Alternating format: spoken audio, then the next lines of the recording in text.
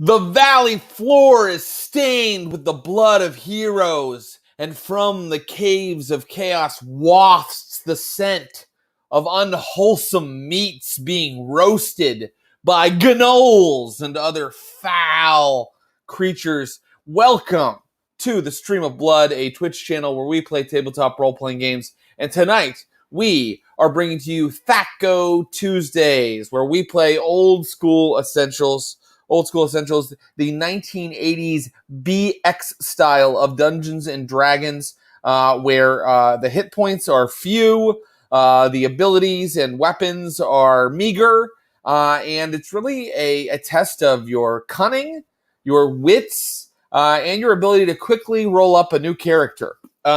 We've had such a great time with this series on the Stream of Blood. It's not going away permanently. I think I had some people in Discord today say, hey, it's too bad that there won't be any more THAC0 Tuesdays. Nope, that's not true, he said, his camera shaking mightily. No, we have just come to the end, perhaps, of the module we have been working through. It's kind of the jewel in the crown of old school Dungeons and Dragons. It's Dungeon Module B2, The Keep on the Borderlands, written by the man himself, Gary Gygax. This will be our 12th session today of THAC0 Tuesdays, and we thought that is a good place to maybe wrap up The Keep on the Borderlands.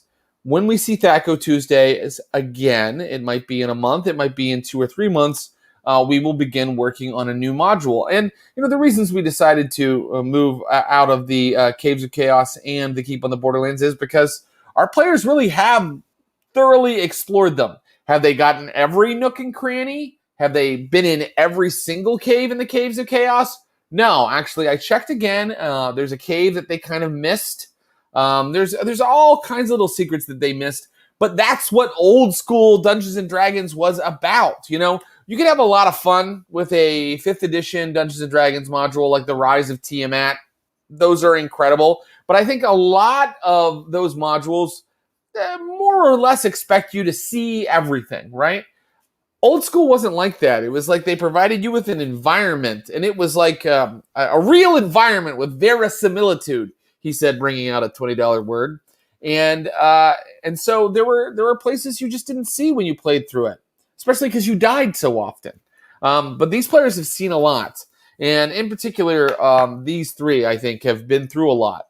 And so I'm going to bring them in now. I'm his right-hand man. He makes the Stream of Blood run.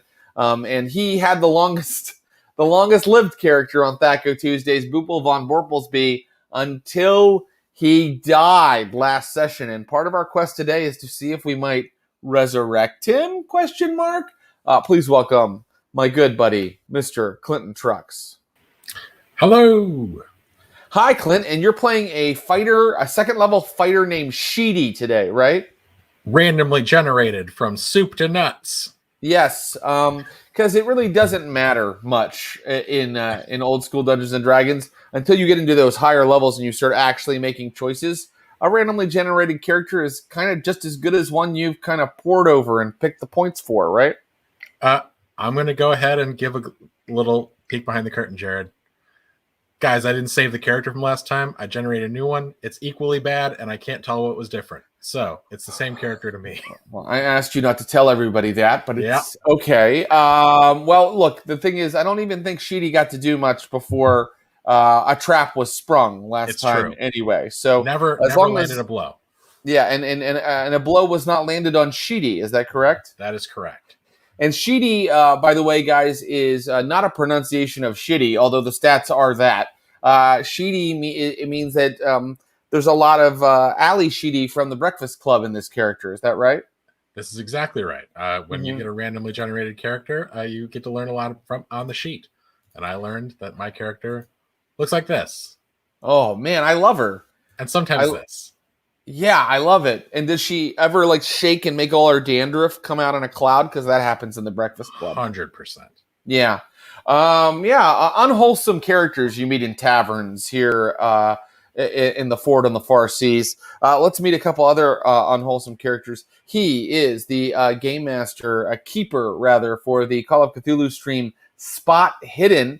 and he even ran a game of 5e Dungeons and Dragons in the Ravenloft setting, which is my favorite setting, of course, guys, because I love vampires and spooky things. Here on the Stream of Blood, we're so happy to have him back. His character also died last session, so he's coming back with a character named Rudyard. Please welcome London Carlisle. Hello, London. What's up, Jared? What's up, Clint? How's it going, man? It's going good. I'm ready here with Rudyard at the ready for some Rudyard Kipling colonialism. Yes. No. And Rudyard is a cleric, correct? Yes, Rudyard is a cleric, level 2, and his stats are a little better than Hannibal Hotwater, so hopefully that'll carry him through. But they're not the best, so that's it. Yep, they're never the best in old THAC0 Tuesdays. Now, you're going to be in Atlanta coming up here. If we have any SOBs who live in Atlanta, they can see you in a play. Is that right? Should I not be promoting this yet? We can, right? Yeah. Okay, go ahead. Yeah. Tickets are on sale. Yeah, so if you're in the Atlanta area, head on over to the Tony Award-winning Alliance Theater for a show called Hands Up, which I'm part of the cast of. Going to get started on that within the next few weeks, and then we open on October 14th. Yeah, so get your tickets for that if you're in Atlanta. It'll be a great time. Yeah, so if you're in Atlanta or you have an Atlanta friend, please let them know. And then after the play, after you go and see the play, you can say that you saw London in a work of art and pretend to be a halfling and get murdered in a tree. 1 second. Yes. There it is. Poor Hannibal. That's our Hannibal impression. We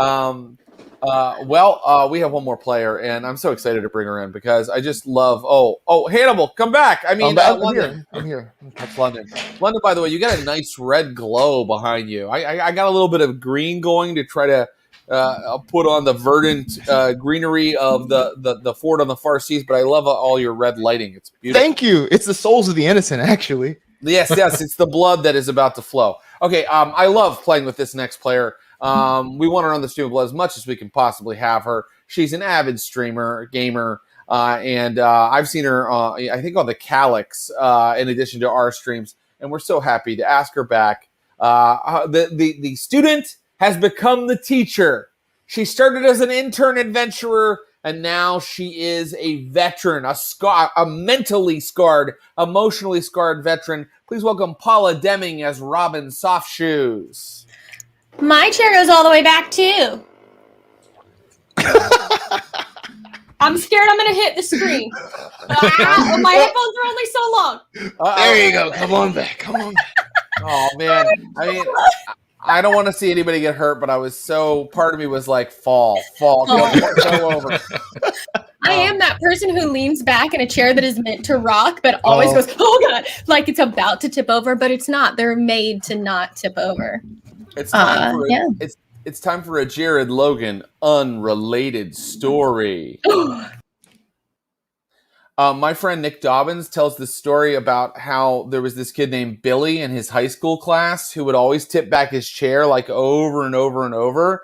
And he also had this coach as a teacher in a class that Billy was in. And this coach was like a guy that probably went out to the parking lot and had a nip here and there because it's hard to be a teacher. And the guy just kind of had like a temper. But he couldn't curse, this coach. He had already gotten in trouble for cursing. He's a teacher. He's not supposed to say words like fuck and shit and piss.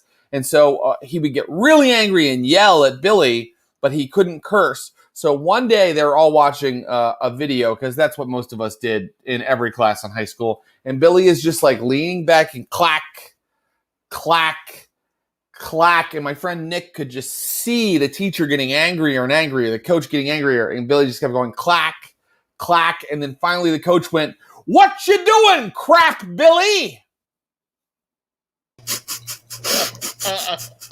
Crap Billy. Crap Billy. What you doing, crap Billy? I want that to be my new character. I know.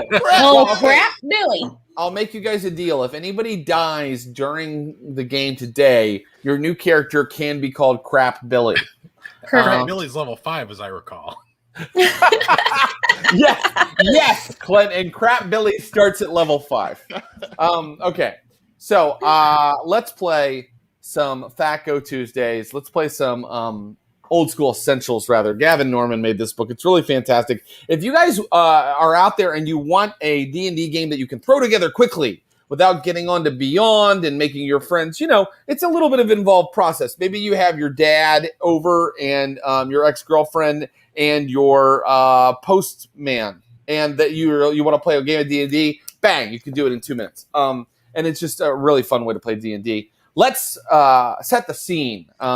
Your party, Sheedy, Robin Softshoes, and Rudyard have finally entered a cave that was on the far wall of the valley where the Caves of Chaos are located. You came here with the curate from the Fort on the Far Seas, from the Temple of Enkidu. Yes, because he told you that there is a power in this cave that can resurrect your friend Boopel von Borplesby, who died ignominiously at the hands, or rather the arrows, of a Knoll warband last time.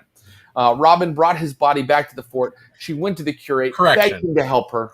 Boopel ended up on a barbecue spit. Hannibal Hotwater was taken back to the fort. Boopel got dragged back into the cave. Now, could he still appear somehow? I don't know. I'm not the DM, but technically the body I have bagged up with some herbs is Hannibal Hotwater. Holy shit. Jared he's wrong about stuff. No, you're right. Episode 11, not 12 of THAC0 Tuesday. Then how come the ex-girlfriells don't like D&D? Wait, so stop. There. Oh, my notes are all over the place. Telling Jared that he's wrong about stuff while he's DMing really pisses him off. But let me keep going. I thought it was part 12 because this is already up on YouTube, but now I see that it says live now. Okay, great. And yes, it was. It was. You know what? Because you corrected me, Clint, Boopel is fully being eaten by gnolls right now. They're ripping his intestines out. They're chewing on them. And it's just a total massacre. Boopel's body is in pieces. You know what? They're now shitting out Boopel. They're now shitting him out. There's now piles of Boopel shit all over the Knoll cave. Dust to dust, baby. Hannibal, however, there's still a chance for Hannibal. You came back here with the curate, begging him to resurrect Hannibal, not Boopel. You came back here, you begged him to resurrect Hannibal, and the curate, once he got you inside the cave, he grabbed Hannibal's body, he ran back deeper into the cave, and suddenly you were surrounded by 8 hungry zombies. Is the fate of Boopel von Borplesby about to fall onto our players, our other players? Let us see. Right now, we are going to begin the game with a combat round. The way I remember it, Sheedy, you have like 3 or 4 zombies between you and the door, and then right inside the door are our good friends Robin Softshoes and Rudyard. So I'm going to give you guys a little bit of an advantage so that this party isn't dead before we've even started. I'm going to go ahead and allow you to be first in the initiative order, okay? So between you and Hannibal, so let me just really set the scene so everybody knows exactly where they are. Rudyard and Robin are looking into the cave. The cave is about, it's like a cleft in the rock that's about, let's say 6 feet across, right? And not super high. Probably it only goes up about 7 feet, this doorway. And you're looking in and you're looking down this hallway toward where the first thing you see are 4 zombies kind of moving toward you, hungrily, pea soup dripping out of their mouths like the girl from The Exorcist. And then right beyond them, you can see where your friend Sheedy went to strike at evil, but is now sort of surrounded by 4 more zombies that are just kind of coming toward Sheedy. And so it is your turn first. Is there any place you would like to move? So the door is 6 feet across. What is the width of the walls inside the cave where we are? It's a little wider. It's a little wider. That's a good question. Because you've kind of moved back into the like you can see that big hallway ahead of you, Sheedy, that kind of goes right and left, and it kind of opens up a little bit. So I would say it's about 8 or 9 feet across once you get a little deeper in here. So, I'm going to take advantage of the system. There are no attacks of opportunity in old school D&D. I'm going to charge through these zombies just so it can be on both sides of the grouping. So that nobody's being attacked by 4 zombies. If the zombies want to get us, they can get 2 and 2, but they can't do 4 on a single person. That's very smart. No attacks of opportunity in old school D&D. I thought you might go back to the entrance with our friends Rudyard and Robin, but instead you're going through the guys that were coming at you, and now you're on one end, and Robin and Rudyard are on the other, and the 8 zombies are in between all of you. Is that correct? I miscounted zombies. I made a bad choice, but I'll commit to it. Thank you for committing. Robin or Rudyard, would you like to move anywhere?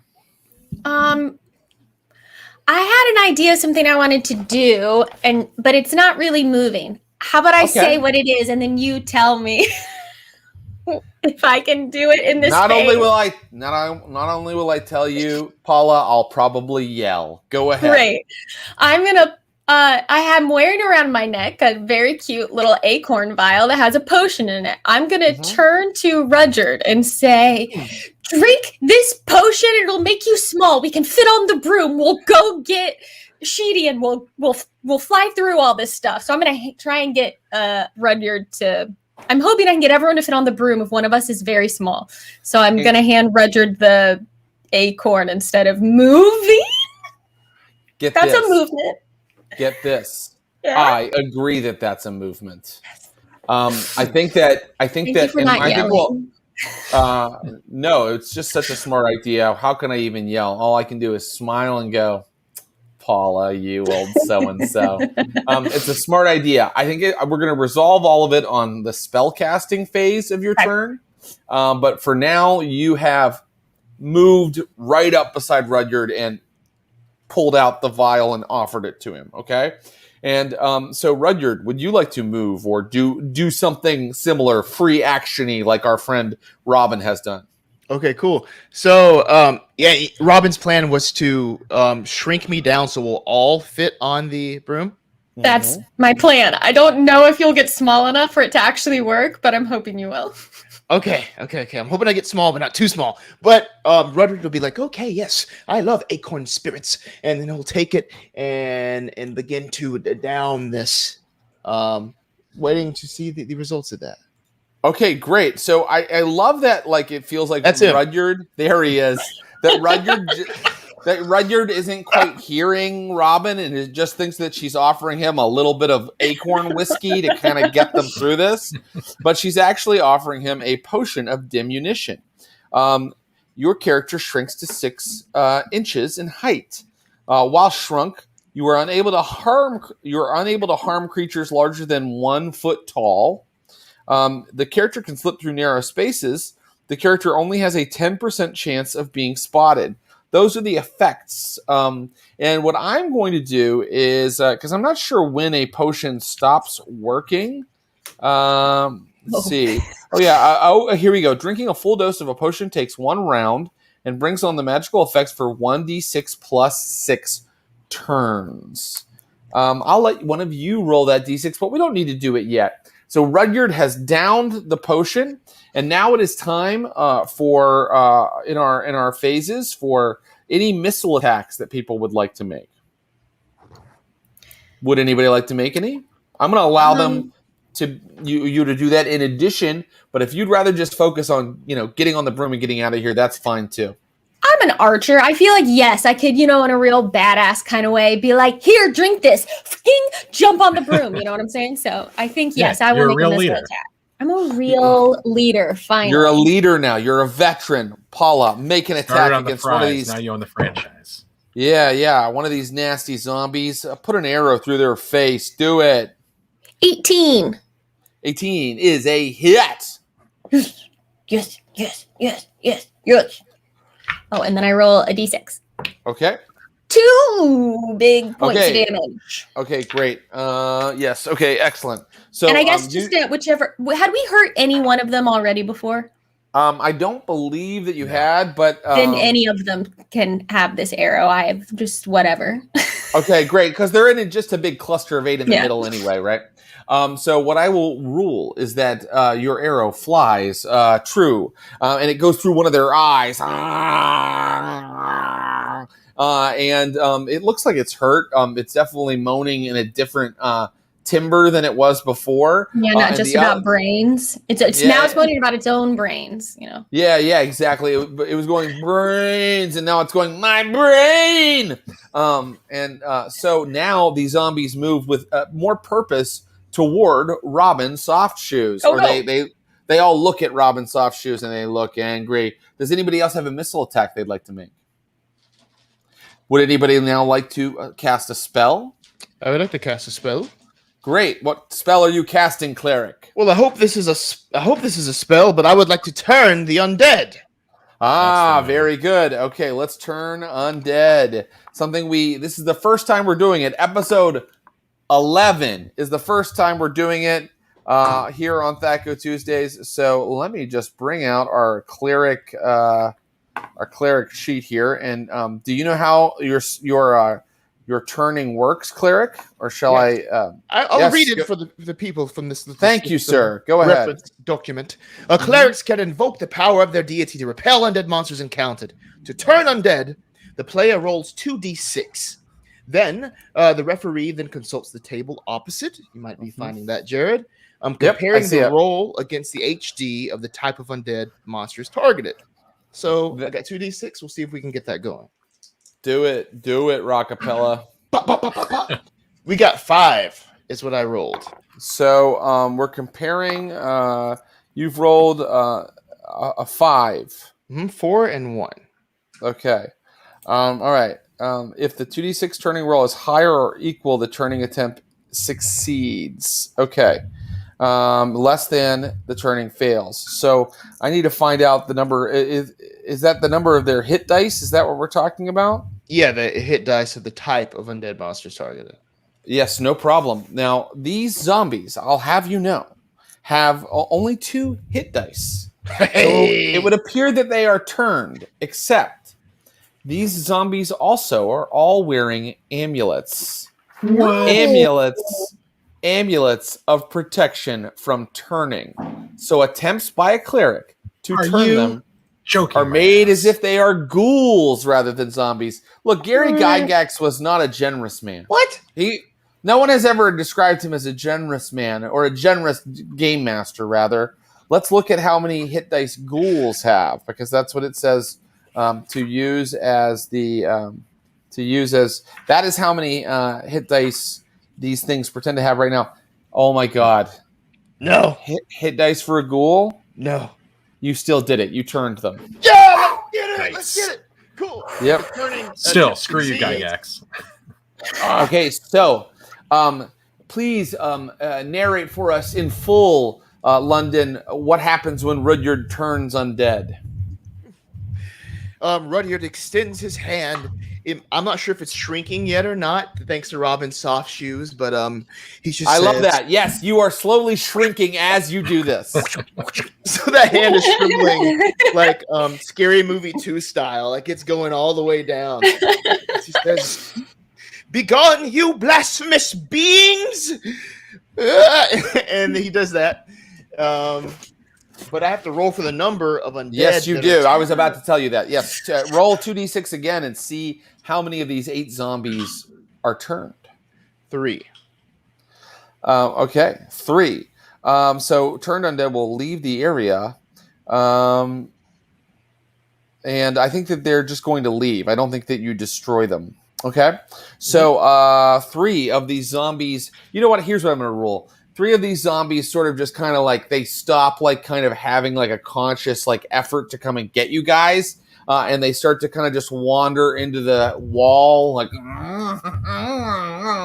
and then one of them gets down on its hands and knees and is crawling around like it's looking for its contact lens. And so there are only 5 zombies left to worry about now. But at that moment, you watch as he's shouting, as Rudyard shrinks down to just 6 inches in height. And that is the end of the spell casting turn. Does anybody have a melee attack they'd like to make?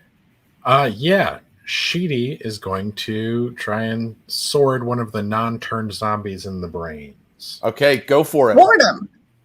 Sword him. Sword him. I damn near killed him. Natural 20, baby. Yeah. But Here's what I'm gonna let you Sheedy do. only has a strength of 6, so it's really a 19. But okay. Oh.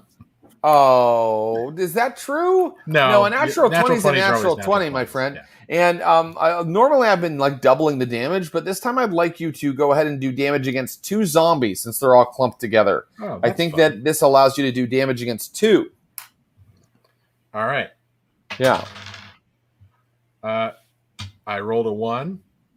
Okay. But my damage is -1. So I don't know. Okay. So you spanked one of them with the flat of your sword. That's right. I'm embarrassing him. Yep. And a 7 -1, 6. Okay, 6 to another one. Okay, so very good. All right. So what I'm looking at here is we've got 8 zombies, and one has lost. I think it was 2 HP from Robin. One has lost 6 HP from Sheedy, and 3 are just kind of gone. They've been turned by our cleric. So pretty good, guys. Not Strong too shabby, but none of the remaining 5 are down yet. And they, being zombies, they fight to the end. They don't really do a morale check very much. And it is now their turn. What is all of our players' HP at? Sheedy has 6 hit points. 6 hit points. How many hit points does Robin Softshoes have? 3. Okay, Rudyard, you are a tiny little like running around like, itsy bitsy little spider right now. And we need to roll. Did we roll how many turns this is going to last? Did anybody roll that yet? Let's go ahead and have. Oh, no, I don't think we did. Robin, you roll do it. It's your potion. Yeah. D6. Yes, please. It's a super good potion. It's going to last 1 round. 1 round, and that's this round. Oh, We're not even going to get on the group. No. this I is don't even know how much that shrieked. This is brutal. Okay, 3 of the zombies. No. 3 of the zombies shuffle towards My Sheedy plan. and attack. 3 of the zombies shuffle towards Sheedy and attack. And here they damn come, Sheedy. Good luck, buddy. A lady. I want you to know that Jared is rooting for you, but the zombies want to taste that sweet, sweet gray matter after cracking your skull like an egg. Here they go. Their THAC0 is not bad. Okay, but not their THAC0 isn't that good. They rolled a. What's your AC, Sheedy? It is a 4, but I have a shield, so 3. Okay, the first one fails. The second one. Okay, that is a pretty good roll. So 3 is what they need to roll. Hit. Poop. They hit that time, my friend. And the zombies, they do. How much do they do here? Okay. Oh, man, these zombies are nasty in old school. I didn't realize how nasty zombies are in old school. Here comes the damage, Sheedy. Remember how shitty those gnolls were? Sheedy. No. 6 damage. Are you kidding me? Incredible. Oh, my. Crap, Billy, here I go. Really? We need a level 5 to come save us. Sheedy, you are dragged to the ground by the 3 zombies that dogpiled you. They rip away your shield. From your 6-inch viewpoint, Rudyard, you're looking up at the zombies as they begin to just tear and rip his flesh. And I'm going full Luigi Fulci, full George Romero on this, everybody. Suddenly their faces start coming up, and the light from outside the cave hits them, and they've got poor Sheedy's brains and hair sticking out of their teeth as they eat greedily. There is one advantage to Sheedy falling, which is I'm going to rule that all 3 of those zombies are going to be busy eating Sheedy for the rest of this combat or this scene or what have you. And now there are 2 left, and they are coming after Robin Softshoes. Here comes the first one, Robin Softshoes. No. Robin, what's your AC? 3. Your AC is 3. Save yourself. They did not hit. The first one did not grab you. Here comes the next one. Rolling a d20 and Miss. critical miss. Yes. The zombie rolled a 1. I'm going to rule that means the zombie got distracted by the feast on poor Sheedy and has begun, like, as it swung for you, it kind of fell forward onto Sheedy and the rest of the dog-piling zombies and began feasting as well. So there is just one zombie left kind of wandering around, and that is the end of their turn. New turn, movement now. I take a little 6-inch Rudyard and I pick him up, I plop him on. No, because I know, oh gosh, someone else has died while I'm, so that I can get away. And I'm just, pull yourself together, Robin. And I'll go, here, Rudyard. And I'll plop him like on the broom in front of me because we don't need to make room for another person now. And then I'll get on the broom and I will fly into the cave as high. And we still got a mission here. You got to still save Hannibal Hotwater's body and maybe resurrect him or maybe stop the curate. Survivor's Guild. As high and over the heads of the zombies as the cave will let me, and as far as the broom will go. And I should probably look up how far your broom flies very quickly. Your broom flies at like 140 feet per turn. I believe it's extremely fast. Let me look again, but I believe that's how it works. So that means you can go really far into the tunnels right now if you wish, and you'll be going fast without like making footfalls. So that means you probably will avoid some wandering monsters, or at least they won't you won't hit a rock, which alerts them. Okay. Okay, so when carrying 2 people, the broom speed is 180 feet, and then in parentheses 60.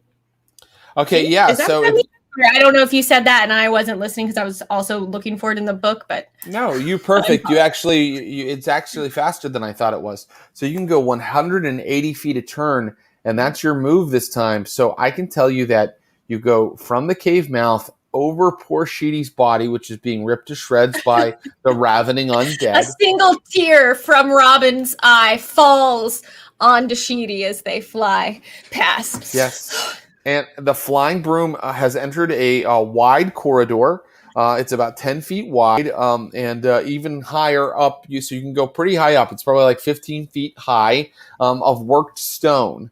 And you must either choose to go right or left, Robin, when you enter this corridor. He told us what it was like. Right, left, right, or something like that last time. Does anyone remember? I didn't write it down. You know what? You would remember.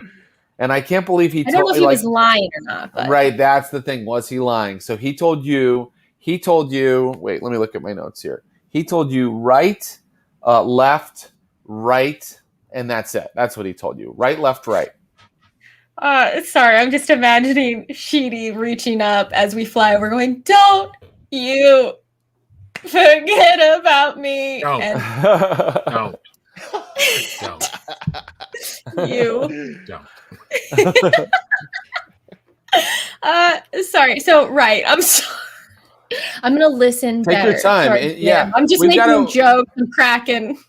Crack jokes, no, and let's feel the loss of Sheedy fully. Sheedy, you only existed for the tail end of one stream and the tail beginning of another. But we'll never forget you. I've had 6 characters, Jared.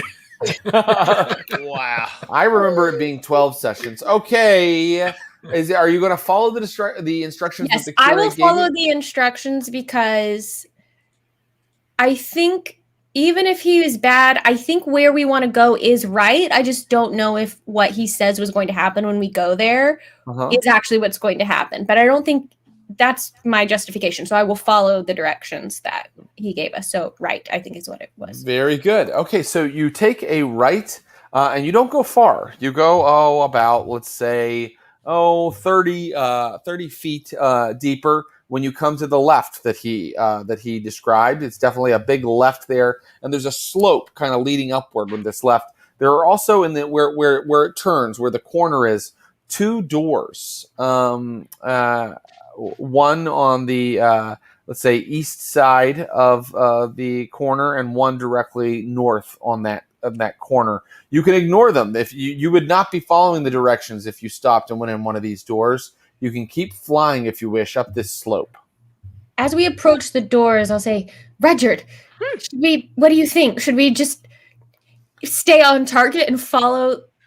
You're a cleric. Should we follow those directions? Or there are doors here? Do you want to? I mean, it's not just about me. Do you want to stop and look in the doors? What do you think? What's your religious opinion?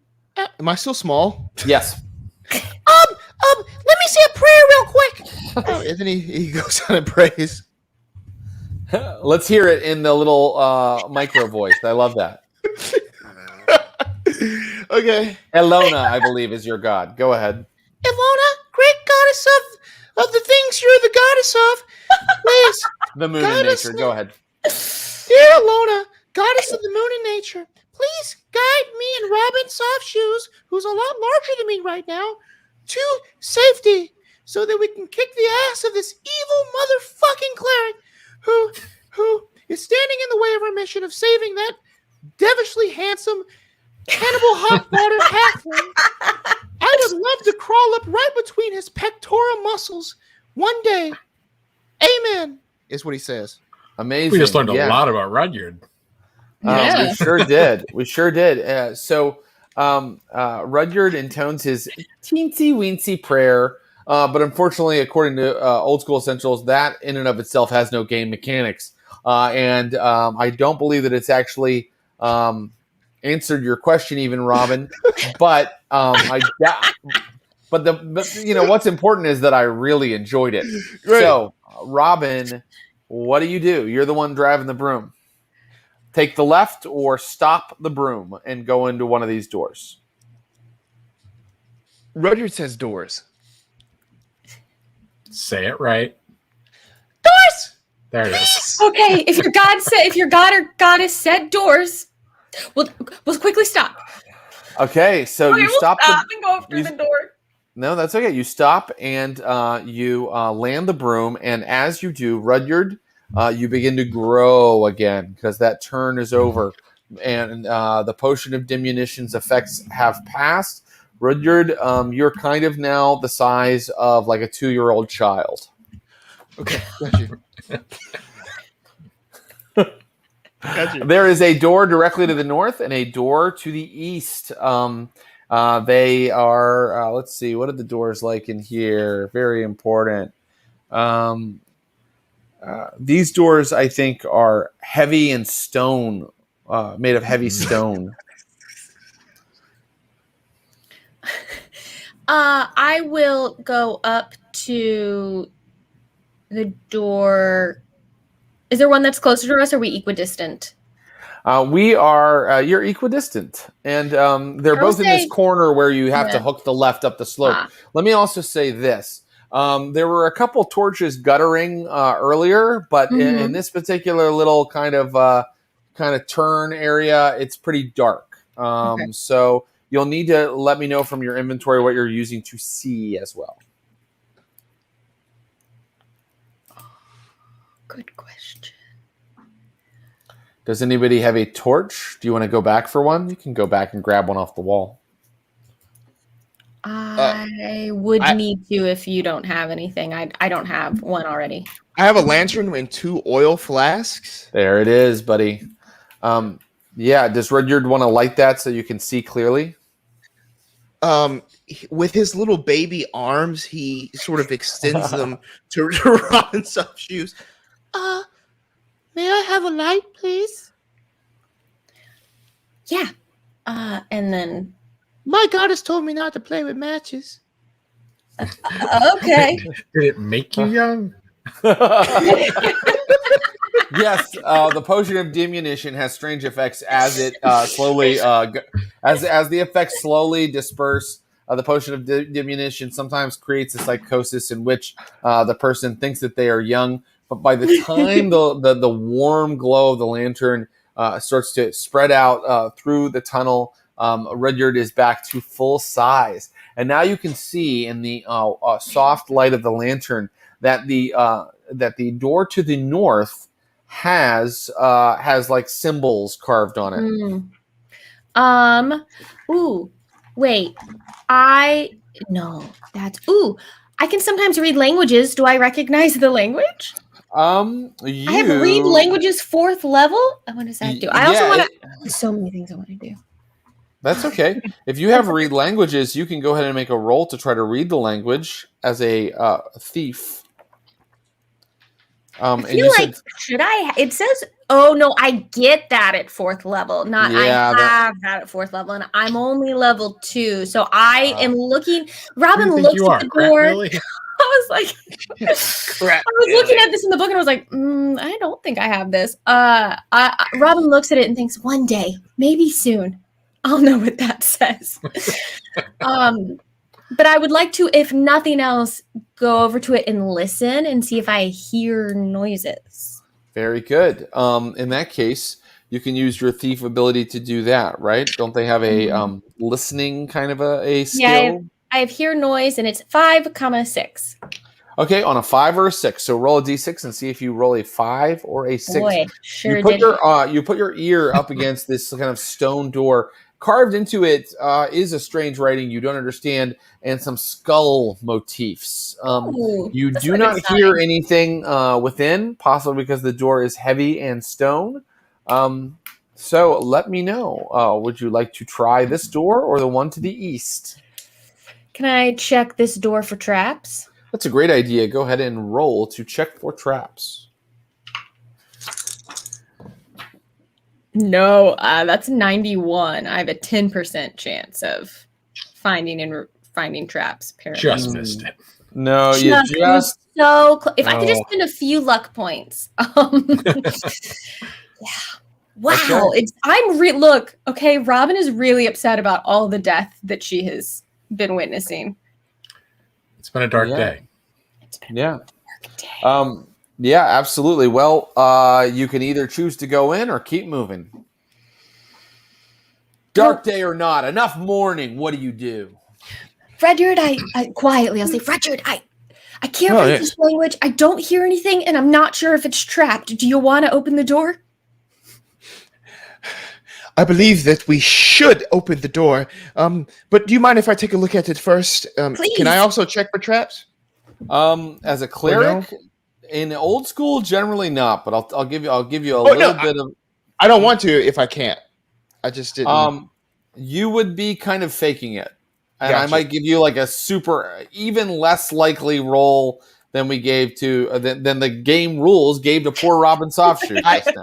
I don't even want to do it if I can't do it. But I'll just say, if you think that it'd be safer just to go left as we were headed, I would support that decision. Perhaps we just a missed opportunity. Stop. It might just be a missed opportunity. We don't want to harm ourselves. We saw what happened to Sheedy. Okay, here's the plan. We get back on the broom. We fly to where we're going. If that works, on the way out, we hit the door. Yes, hit the door on the way out. Wonderful. Yeah. Okay. We'll get back on the broom and keep flying. Great little stop down. You know what I mean? I feel like we really that was definitely a good use of time. No, it's completely fine. You know what it is? I think it's like you got off the broom, remembered what game you were playing, and then decided to keep going. Yeah.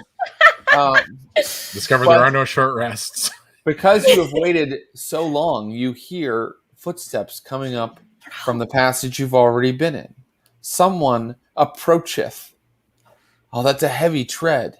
It's a 5th level footstep. Clack, clack. Clack, clack. And then into your lantern's light walks a man or woman who, what does this person look like? This person is randomly generated. Yes. So, wow, he looks so should we roll on a bunch of facial features and body type tables? I feel like once I hit this create button, it's going to tell me a lot about this character. The only thing it does not randomly generate is the class. Jared, what class is Crap Billy? Here we go. We're gonna find out. I'm gonna roll. Crap Billy is. I hope something strong and good. I hope it's a good thing and not a bad thing. Crap Billy sounds strong. Right? But not too big. I can't fit him on the broom. Oh no. You're not gonna be able to keep flying. Okay. Crap Billy is. Okay, you ready? I know what he is now. 1 second. I just have to kind of count it out. 1, 2, 3, 4, 5. Crap Billy is a halfling. Ooh. Aww. We know why Crap Billy's here. Crap Billy, a 5th level halfling. Yes. Middling at best. Okay. Even at level 5. Stacks be damned. What's he look like? We're trying to make a mood here, Clint. The heavy tread is right. Crap Billy is just a halfling dressed in full plate mail, apparently. Okay. So it looks like a walking potbelly stove. Okay. Like that. What's his name? TikTok in Yes. Return to Oz. From Return to Oz, exactly. So looks but with the pot helm, a little cherubic face inside. I go, oh. That is cute. What's he do? What's he say? I got here as fast as I could on these little legs, but my stepbrother Hannibal's somewhere about, I'm told. How'd you get past the zombies? I think he's in a bag. Forgive me. All slain, obviously. Walk through an area scratch on me. Don't worry about any zombies on the way out. Done deal. Established in the narrative. Well, crap, Billy. That's impressive. And yes, your Hannibal is here. Oh, are you the hot water that makes good tea? You know what? I might be a better hot water than actually. Crap Billy probably is not a hot water. I'm a stepbrother. Oh, a stepbrother. I'm so sorry. I'm just really. We're trying to bring Hannibal Hotwater back to life. His body has been taken by an evil cleric, and we are trying to get to it and then resurrect him. We think it's that way. Indubitably. Can you read the writing on this door, Billy? I don't know. Can a 5th level halfling read languages, Jared? It doesn't look like that's a power they got. Halflings have the powers of hiding, initiative bonus, listening at doors, missile attack bonus, a defensive bonus, but they do not have any sort of, nothing of the sort. Read language thing. Yeah. This random generator had a 5% chance to have Crap Billy have magic items. And there's a couple on here. Well, did you roll the 5% and succeed? It did it on its own. I don't do anything. All I hit is create. It's all random. Oh, and you got some magic items? You want to hear about them? Yeah, I do. A ring of control animals, and a goddamn girdle of giant strength. Whoa! Wow. Crap Billy is awesome! I love it. I don't know how good that ring is. Well, as much as I love slowly talking about a character's stats, it's time to tell me what happens next in the narrative. Well, so obviously, I punched this door open. There we go. Stand back, everybody. And Crap Billy rips the door open with giant strength. It is no problem whatsoever. You see firelight, sort of. There's like a short tunnel, maybe like 8 feet. And then you see firelight burning from within a deeper chamber of worked stone. And you hear voices suddenly shouting, "Who's there? Melthanar, is that you?" I turn to the other guys and shush them, and I go, "Yes, it's acting." Okay, great. Some heads start to peer out of the chamber toward you. And you are standing there in the doorway, Crap Billy. Is that correct? Yes. Well, no, I'm a halfling. I hide.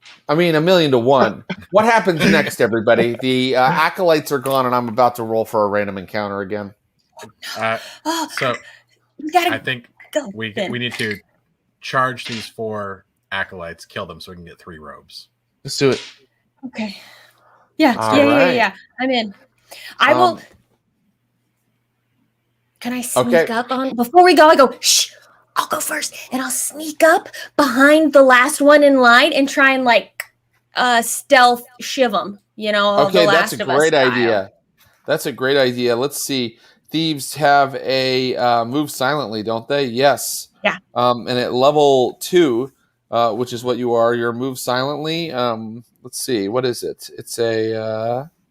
Well, here we go. Level 2. Oh, you have to. It's a 15% chance. I think. My 25. Okay. Yeah. I would say I don't think any of my stats went. I'll mark this. Went up when I leveled up. 25%. I'll take it. Okay. So that's Roll that's a D100 and try to roll under 25. I don't understand. It's 2 zeros and a 6. I hate when I roll 2 zeros because I That's a never 6. remember. Is You that made it. 100 or is That's that a 6? You made it. You did Okay, you it. can't have 106. A 6. That's right. I did it. You did it. Okay, so It's you come up- 106. You It explode. confused me so much. You come up behind them with your blade. They are like talking to themselves like they're clocking in for work at like a factory. Like they're like, I mean, don't worry. Once he rings the bell, they'll all be destroyed by the forces of darkness. Yeah, I know. It's just I hate it when adventurers come in here. Okay, that's when you start shivving them. Here's what I'm going to do. Here's what I'm going to let you do. Your sneak attack allows you to do extra damage, right? Yes. Yeah, backstab. Hit Plus and 4. doubles. Oh, And plus 4 to double. hit and doubles any damage dealt. Mhm. Let's see if you can get all 4 of them before we even enter combat. Let's see if you can shiv them all really quickly. Ooh, Okay. that- I'm going to give you a chance to attack all 4 of them with your plus 4 and your double damage. Okay. So Okay. here we go. Let me bring up the acolyte and be ready to go ahead and attack.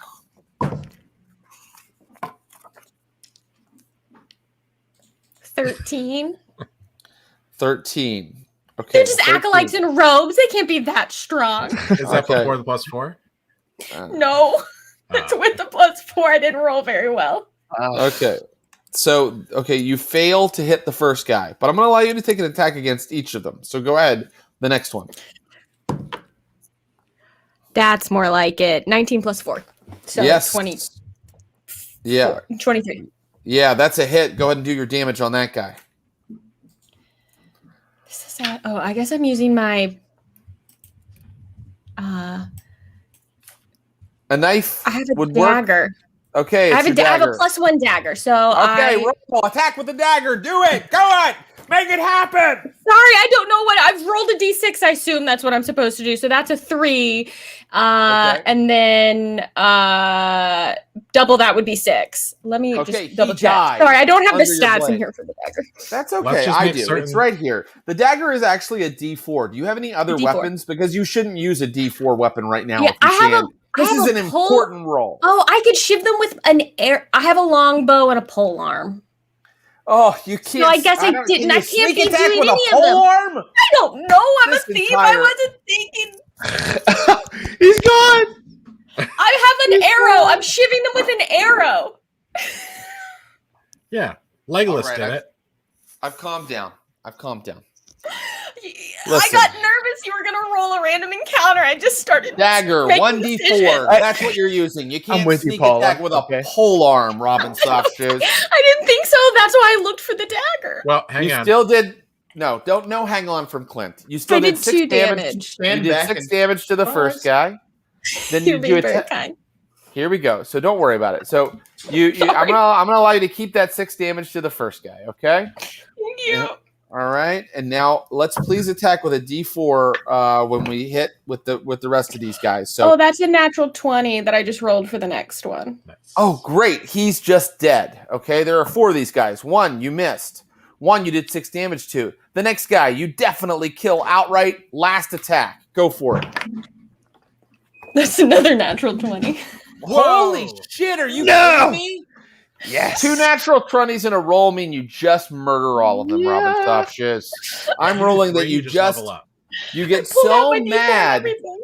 You get so mad at the gods, aka your referee, that you just start stabbing like crazy. And Oh, soon, God, kill him.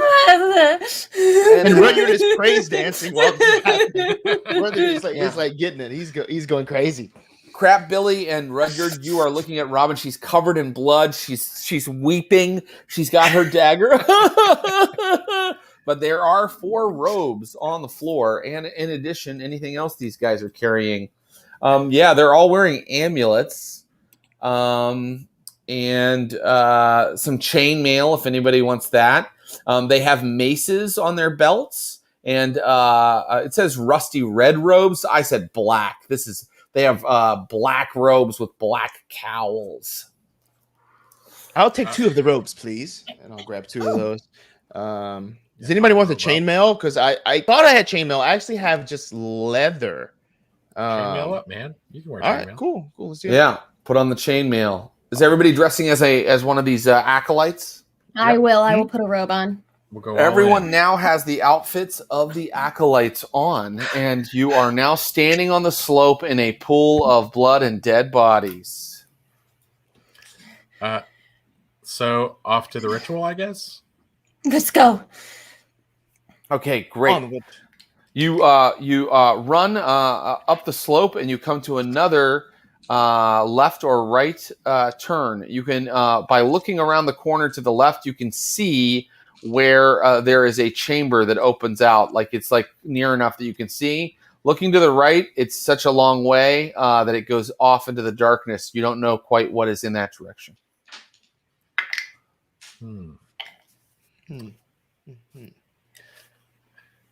Well, always left, I guess, right? All things equal, go left. Was it right, left, right? Something like that. It was right, left, right. That's what it was. Right. We should go right. Remember, he said right, left, right. Right. Right. Right? Oh, you weren't there. Sorry, crap, Billy. Yeah, you weren't sorry. there when the curate gave us directions. Okay, to the right. To the right you go.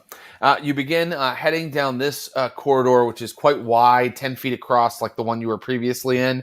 And it's long. It goes for a long way, probably hundreds of feet, until as you approach a sort of like place where it sort of slightly starts to kind of edge to the right, like it starts to sort of turn to the right. There are 2 doors on the right side. They Open are the first door. also... What's that? You open the first door?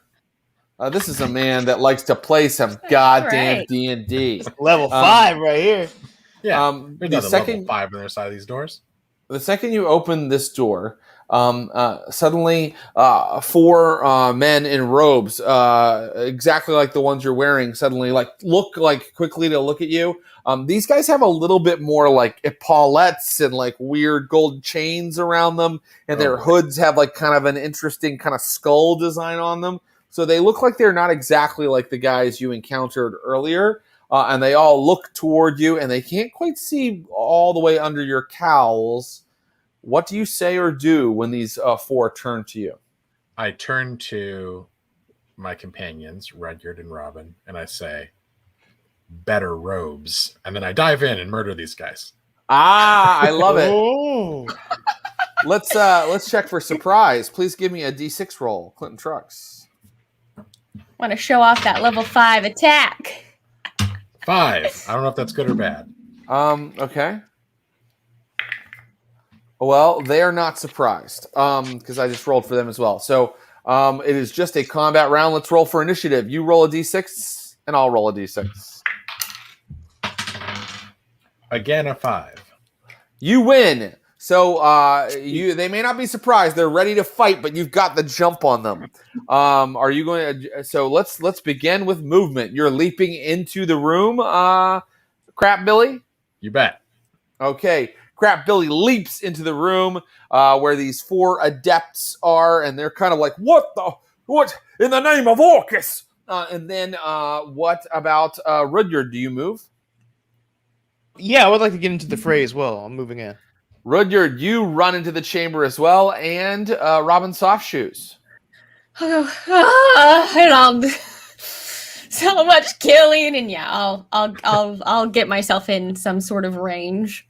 Okay, great. So to get in range, this chamber, you notice that both of the doors to the right lead into this chamber. And to get kind of all the way in the chamber, you have to go down like a very short, like 5-foot corridor to kind of get a view of these guys and to start like tangling with them. So all of you are on the south end of a chamber with 2 doors to the left. And in front of you guys are these 4 adepts. And so also in the room, there are, it's kind of similar to the room you were in before, only it's a lot nicer. Like there are 4 beds with 4 small stands, a table, 4 chairs, 4 chests, various books and scrolls hanging everywhere, laying on the tables and on the little stands beside the nice beds, copper dishes and vessels, those kinds of things. If you want to know about the environment some more, ask me. And now it is missile attack time.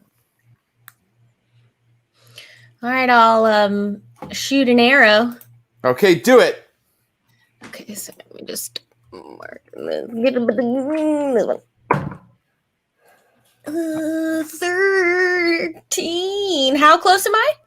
13. You're very close. You're within +1 closeness. So 14. Okay. Let's see. 14 is not enough to hit these guys. One of them kind of maybe like throws up like one of the tables, like throws it up and like brass dishes and bronze, little containers fly off of it, and your arrow hits that instead. And what about Rudyard or my friend Crap Billy? Any missile attacks? No, Crap Billy's going to melee attack. Okay, no. Any spells? Would you like to charm a snake or see whether these guys are evil, Rudyard? They look pretty good to me, so no tech required. Very good. It is now melee attack time. Yes. Rudyard would like to go in with that mace, just swinging.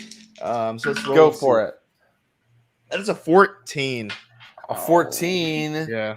A 14, Rudyard. A 14 does not hit our friends. What was the +4 for earlier? I remember Clint mentioned it. That +4 is for a backstab. Oh, gotcha. For a backstab, my friend. Okay, these guys, you are front stabbing these people, and you have missed them. These guys, they're not the hapless acolytes you dealt with earlier. This guy's doing like kind of like a Spetsnaz knife fighting stuff and pushing your blow out of the way. And now, how about you, my friend Crap Billy? Are you going to attack? Crap Billy is going to attack. Crap Billy, due to his girdle of giant strength, has a THAC0 of 14, which equates to a +5. Are you kidding my ass right now? Not kidding your ass. That's why you keep just running in ready to murder some people. You're like, I'm pretty good. Is my ass on fire right now, or do you have a +5? Okay, go for it. So 16. So that's a dirty 21. That hits. That hits. And it does 14 damage. 14 damage, and our adept is immediately murdered. What weapon does our friend Crap Billy carry in his little potbelly stove outfit? So underneath his black robes? And on his, as a randomly generated character, only got one weapon. It was a crossbow, so I'm glad I picked up this mace. I'm using the mace. Okay, great. So you guys watch. A Crap Billy is like literally dragging like most of the black robe you put on behind him, and it's like clang, clang, clang, clang, clang. He comes up like TikTok, and the guy starts to do some. The guy's maybe not ready for such a short opponent and one with such tremendous strength, because he kind of tries to reach down and knock you over or kick you, and your mace just catches him on the chin and takes the bottom half of his face off, slaying him. Crap Billy. Crap Billy! Okay, that's the end of your attack round. There are 3 adepts left. One is going to cast a spell immediately against you. This spell is called Web. It conjures a mini-layered mass of strong, sticky threads blocking a 10-foot cube area. That's almost exactly what you guys are standing in. It's like kind of a 10-foot cube area. He can get all of you with this, but you get a chance to save. You get a chance to save versus spells. Everybody, save versus spells. So look at your character's spell save and tell me. This is when you want to roll under or above this number. Under. Boo! I thought I rolled real well, but I didn't. Is equal to a success? Ooh, great question. Let's quietly look that up. I'm on it. No, guys, please, no talking while I silently look up whether how saves work in Old School Essentials. I don't do anything entertaining. This will just take a moment.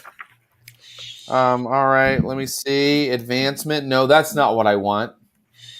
Okay. Shh. I better not hear any talking. Okay. Saving throws. Oh, man. Clint, I wanted to look it up, but what have you found? Hail Hydra. Oh, for Christ's sake. It's the word saving throws. It's not. I'm just reading words I see. Clint always has a question like this where I have I think I know the game, and then Clint always asks the question that makes me go, I have no idea. All right, here we go.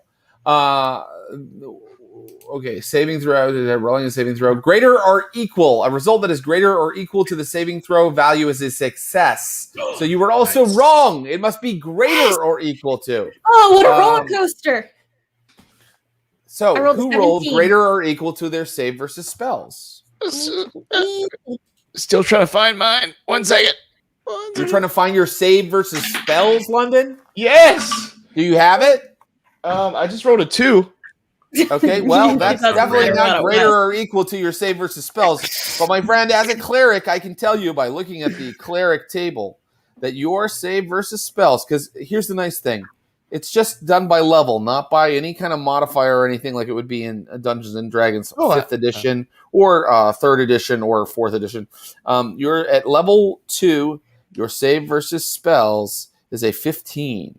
And you rolled a 2, so you failed. And how did you do, my friend, Crap Billy? I rolled equal to, which is a success.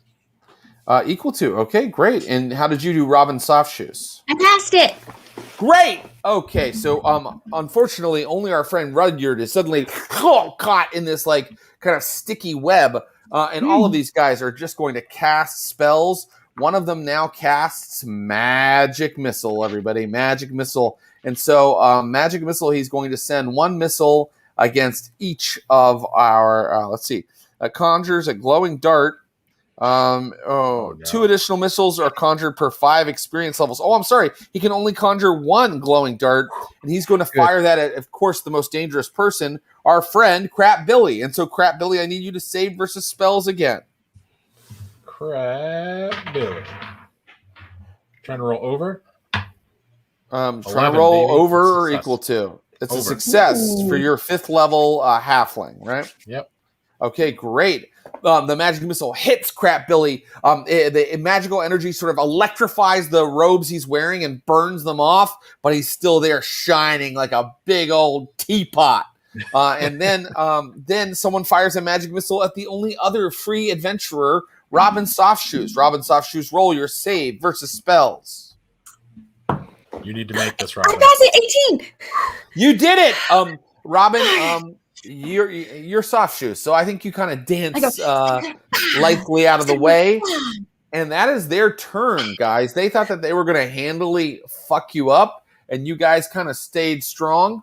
You cannot move, my friend Rudyard, but let's see what you can do. Let's see what you can damn do. While I'm looking that up, would anybody else like to move? Robin or Crap Billy? I will not move, but I will shout, which way is the ceremony? Just to make sure we're going the right direction and hope they're intimidated by that. Okay, great. That's great. And Crap Billy, you're staying where you're at as well. I'm going to bowling ball into the midst of them so they can't do like any area of attack spells on me. Okay, you bowling ball into the midst of them. Good news, my friend. According to Old School Essentials, our friend Rudyard can break free from the webs in 2d4 rounds. Rudyard, I'm going to rule that while you are trapped in these webs, you may not attack them with melee attacks because you're stuck. You can't get close enough to them. Roll 2d4, my friend Rudyard, and see when you get out of this. Okay, cool. Roll the out. arms are tied. The mustache is tied by this. Wait, 2d4.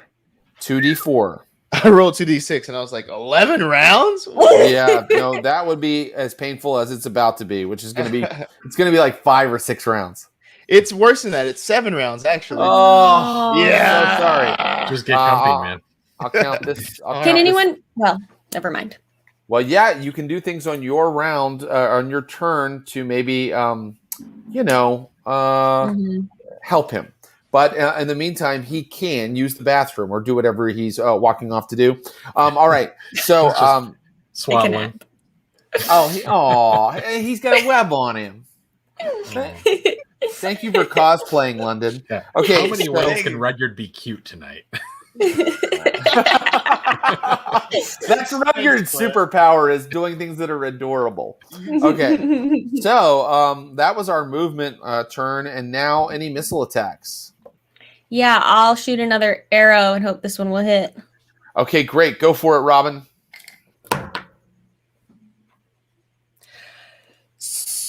Yeah, 17. 17. 17 is a hit on these guys. Yes. 1 damage.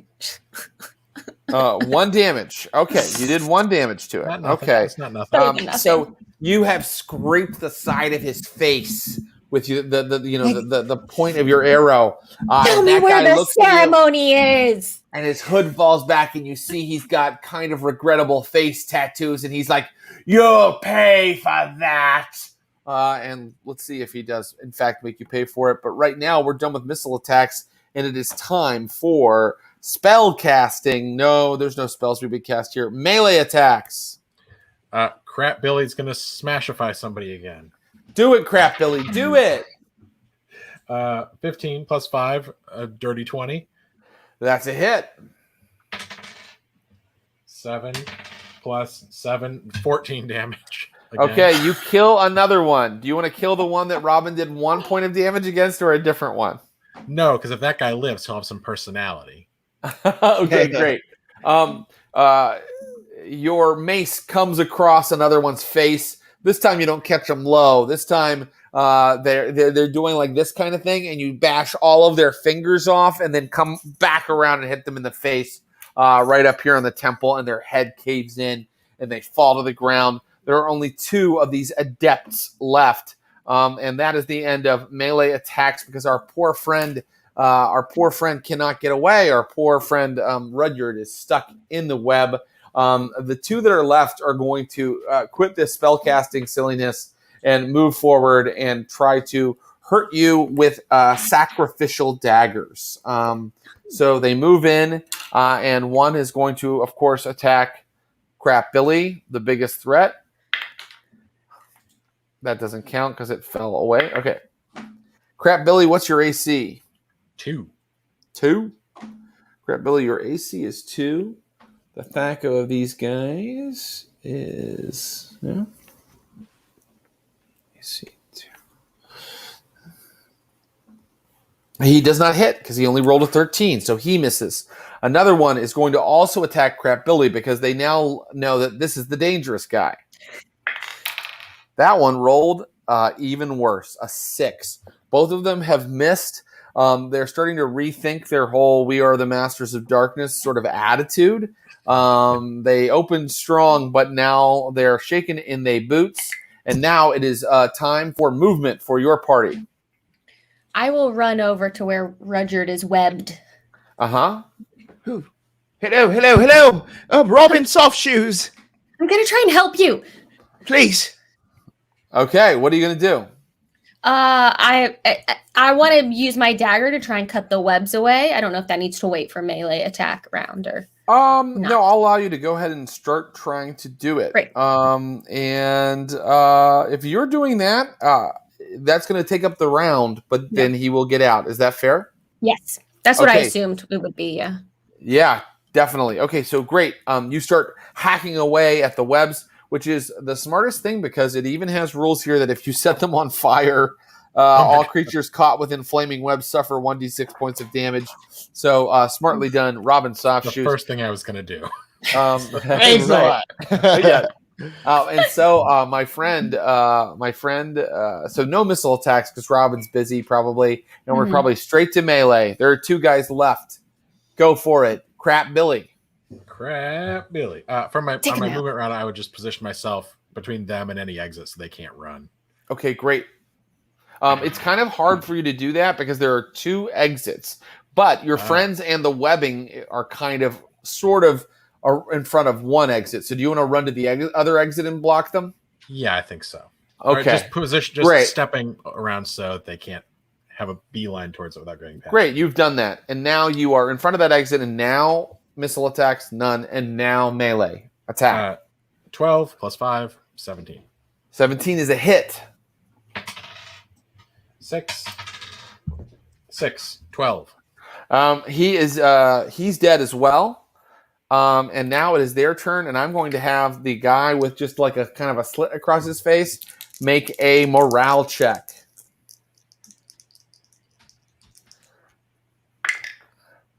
He fails his morale check, and he wants to run out.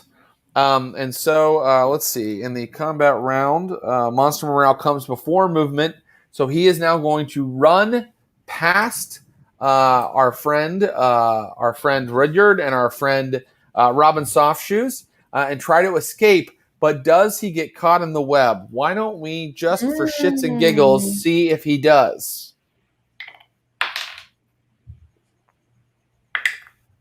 He does not.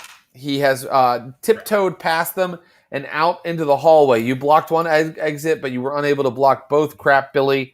And so that is the end of his round because he's not making any attacks or anything.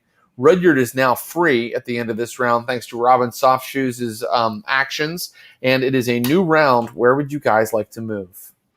I'm going to dive out the other open door to try and... It's closed, but you can dive through it. Robin, yes, go ahead. If I could try and like move into position where maybe as he's running, I can get him with an arrow.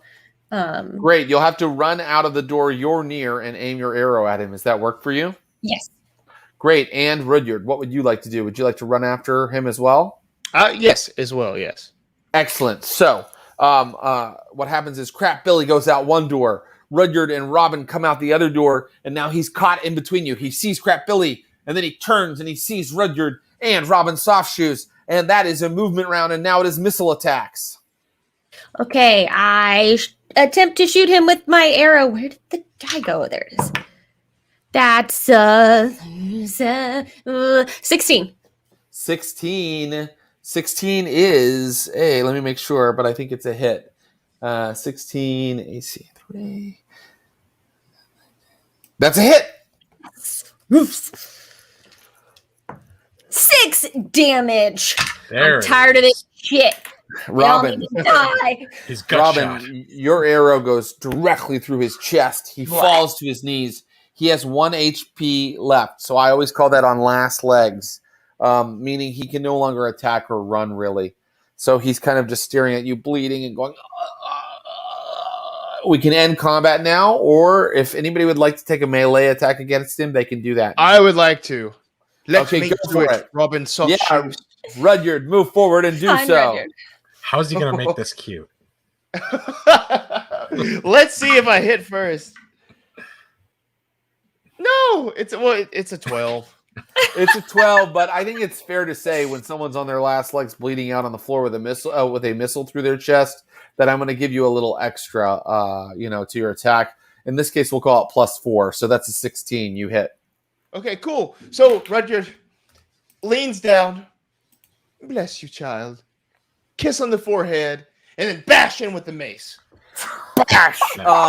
And it's not quite as effective as, I mean, it's effective. It's very effective, but it's not quite like when Crap Billy throws his mace and then part of someone's body comes off. This is just kind of like a beat down, like bang, bang, bang. And then eventually he hits the ground, kind of bleeding out with a bunch of really, really gnarly looking bruises on his skull. And there are 4 adept robes, adepts of evil chaos robes. Also, each of these adepts is wearing an amulet. And let me know how thoroughly you'd like to search them. Well, are these amulets different than the amulets of the other acolytes we killed? Yeah, no, they're the same. Okay, I'm going to drag this body back in the room so we don't have to look at do all this in the hallway. And then I'm going to immediately head to chests.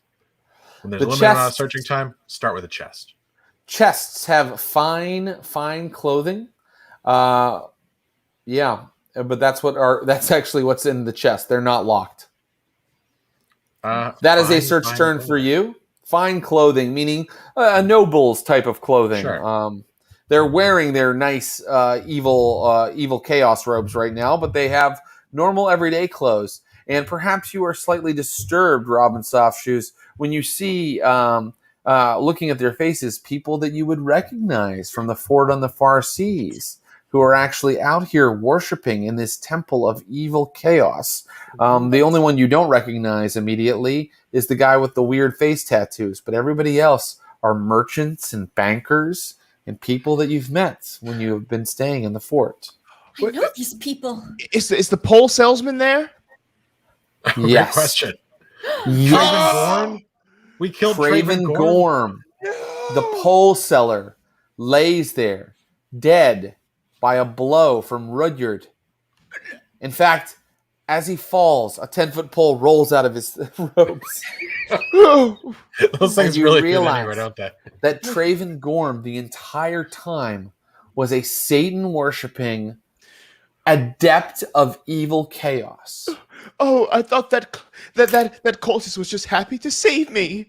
If we had let him tell us his backstory one time, we might have known this. This is our fault, really. It's your fault. He tried to tell you his backstory and you wouldn't listen. Never. One exploration round for our friend Crap Billy to find clothes in chests and for you all to realize who these people are. Now you get an exploration turn, my friend Robin Softshoes. What do you look at or search? You mentioned earlier copper bowls, and I have been doing a collection of bowls everywhere we go, and I think Robin needs another one to remind her of her fallen friend. So I'll take the nicest looking bowl that's there. That's just all I want. You're starting a pottery barn.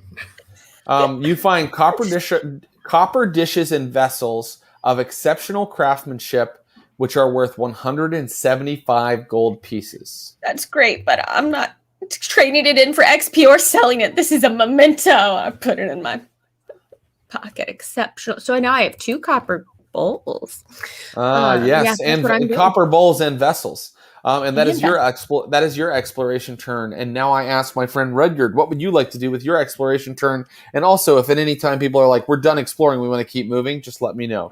Rudyard, what do you do while they're searching the chests and the tables? Yeah, what do I see? Is there any sort of thing that's untouched in particular other than the tables and the chest?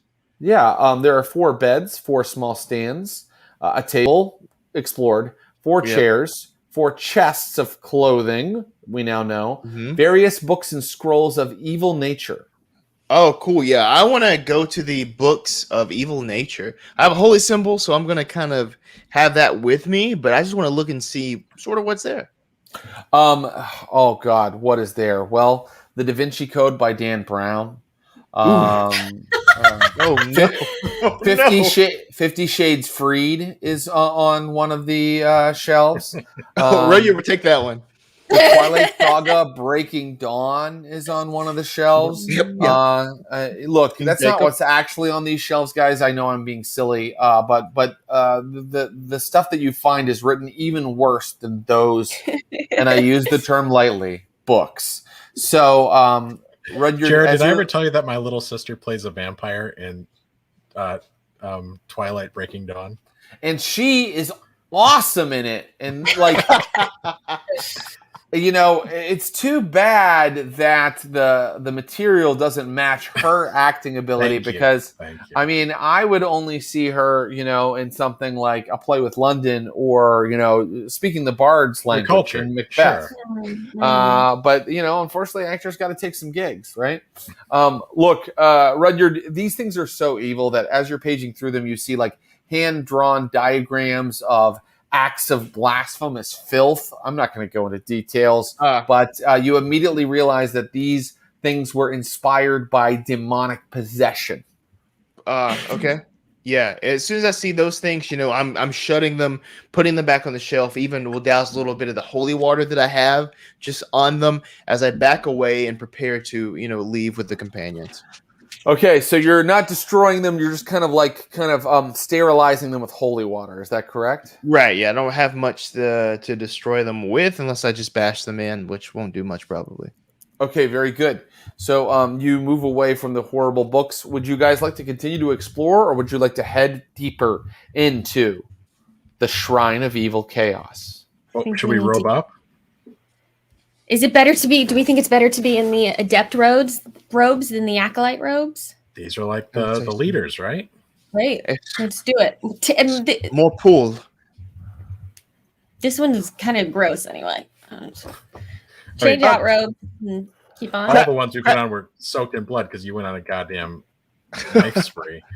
I grab crap Billy by his cloak, and I'm like, "You don't know what I've been through." We do. We saw you. You killed all those guys. It was horrible. But what led to that? You put on the robes. And you head deeper. I think. Yes. I hand a pole to Crap Billy. This is for you. This matches the robes that you're wearing here. And I give the 10-foot pole from the pole salesman to just Crap Billy. And if he wants it, I'll offer it. Crap Billy, do you want it? Yeah. I need a pole. You now have a 10-foot pole, which fits snugly into your inventory. Are we moving? That's yes. that Traven Gorm touch. Are we moving farther down the hallway? Yeah. Do it. Very good. You take that kind of like slight right, and you finally come to the chamber that the curate was probably telling you to go to. Ahead of you is a very wide door, about 30 feet across, and inside is a huge domed room with a black floor with veins of red flowing through it. It's all polished to like mirror-like smoothness. A great bell of black iron stands near the entrance with a pair of mallet beside its supports. I can't tell you anything else that's in the room because you'll have to go deeper into the room to find out. Directly before that chamber, there is another stone door to your right that is currently closed. And you can hear someone chanting inside of the room with the bell, and you recognize the voice of the curate. That fucker. Okay. This is what I want to do. Yes. Is there a place you can get so that like I can like be where I've got like I'm sneaking around the corner, like I'm leaning out from cover, but I can see the curate? Or to be able to see the curate, do I need to be like fully into the room? Because the like door is it's more of a portal-way, right? It's like a big arched like 30-foot wide space. It makes it a little tough, to kind of like have cover right there. But what you do notice is that there are draperies, like tapestries hanging on the wall. So if you could sneak into the room, which will require a roll, and get behind those, he might not see that you're there. I'm going to try that because I want to try and shoot him with the new room, and I don't want him to know I'm doing it. Okay, great. So here we go. Robin Softshoes is starting to sneak forward. Would anybody else? I'm not putting us in combat yet. Would anybody else like to do anything? So are disguises good enough that we could just? Oh, I forgot. We have disguises on. Yeah. Yes. I'm Yeah, I'm coming. yeah. They grab me. You've got a robe on. I'm like, oh. We look the part. Crap Billy just walks in like he owns the place and heads over to where the bell is and takes the mallet because he doesn't want anybody to ring this bell. I don't know why, but I don't want him to. Okay. Crap Billy is walking right in. What about Rudyard and Robin Softshoes? You're changing your action? I will change because they've reminded me that the whole point was to be in these disguises, so I don't need to be sneaky. I can walk in like I'm meant to be there. Okay, very good. So, what about you, Rudyard? Yeah, same thing. Just walking in, I'm used to religious things, so just kind of carrying that spirit with me. Okay. Oh, good point. Let's see. We'll take Rudyard's lead.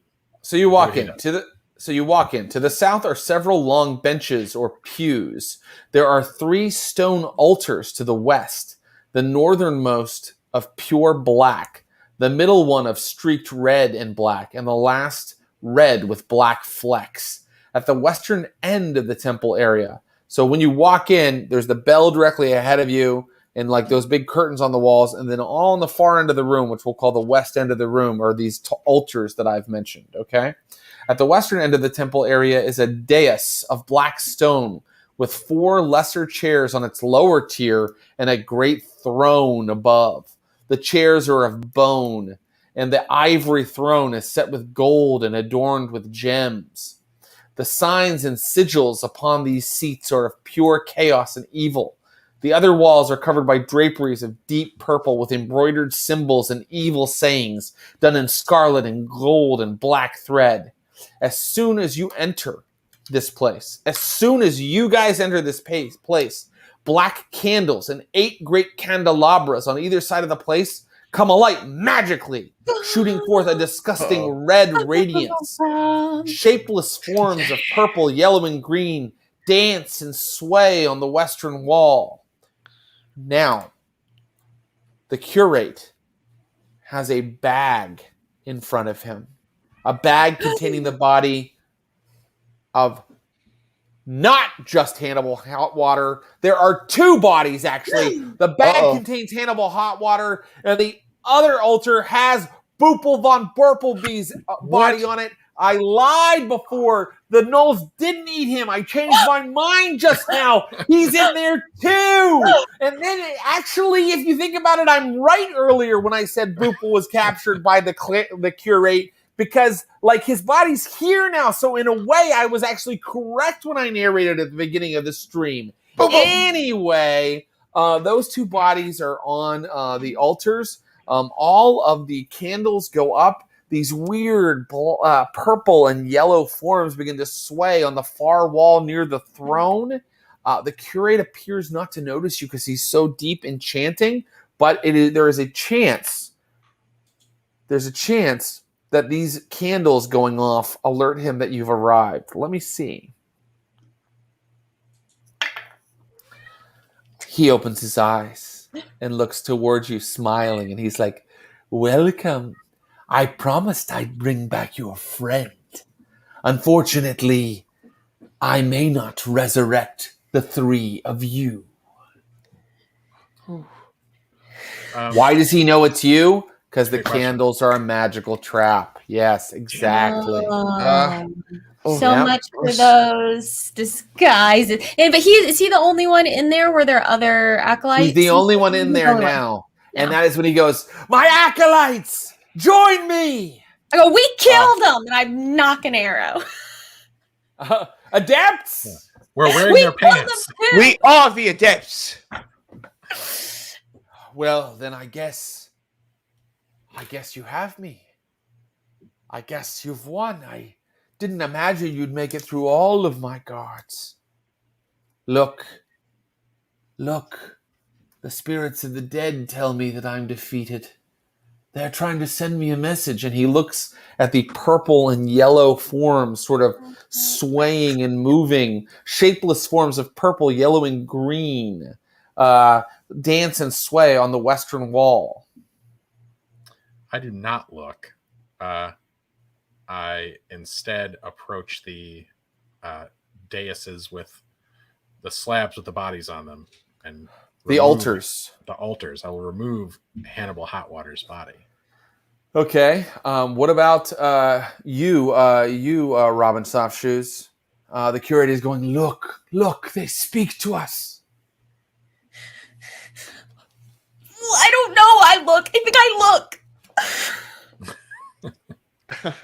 You look. Yeah. Make I a think save she versus look. spells. Oh, man. And now I know, honor but system. she Rudyard, do you think you look? I don't think Rudyard would look. Okay, No. I'll agree to that. So, how did your save versus spells go, Robin Softshoes? Not well. Robin, you are mesmerized into chanting a hymn to chaotic evil. Oh, no. Okay, great. So you begin chanting this very chant, the very chant that the curate was chanting before, and he walks toward Robin Softshoes and he puts his hand on her head and he goes, "Her soul is mine." All right, I shoot him. No. No. You shoot him, let's see. Basically, when that chanting, it says that it alerts the zombie guards, who suddenly come out of the draperies on the south wall. One of them does. But in fact, the bag you have with Hannibal's body bursts open. No. As Robin is chanting, and a zombie Hannibal begins to pour out. And wanted them to come Boople back also like lifts this. himself up off the altar, and his head is turning like, and he's going, red rum, red rum, red rum, red rum, red rum. And Hannibal's like, 666, and they're just like moving toward you, and they're clearly being But he manipulated still by has his demons. sunglasses on. He has So- his sunglasses on, so it looks cool, but it's not cool. It's evil. And so there are now, and then there's a zombie that burst in from, I love it. And then there's a zombie that burst in from the south wall as well. So there's 3 zombies and the curate, but you said you were going to shoot the curate, right, Clinton Trucks? Right? I did say that. Can I say Okay, that so I'm let's- so excited you're running an adventure that if I played it as a teenager and my friend's mom walked in at that moment, she would be so upset. This and is burn the all satanic books. panic I love it. inducing. We have to roll to see who goes first because, they are sort of ready for you in a way. What did you All roll, right. my friend? 6. You go first, so you can fire at the. So first, movement. Do you want to move anywhere? Right now, you are within melee range of Hannibal Hotwater's demonically possessed body. I'm gonna hope that killing the curate might stop the zombies.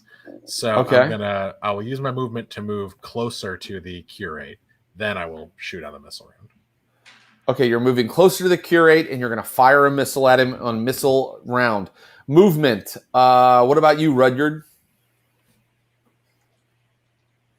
Let's see. I'm gonna move as close as I can. I'm prepping a spell. Okay, great. And Robin Softshoes, you are stuck chanting for 2 rounds. This is the first Okay. of those, okay? Okay. So, Robin, you're completely demonic. And when we come to the casting spells part, I would just like for you to have a really creepy satanic chant ready to go. But right now, we're just doing movement. And so that movement is over. It is now missile attack time. Go ahead and fire Crap Billy.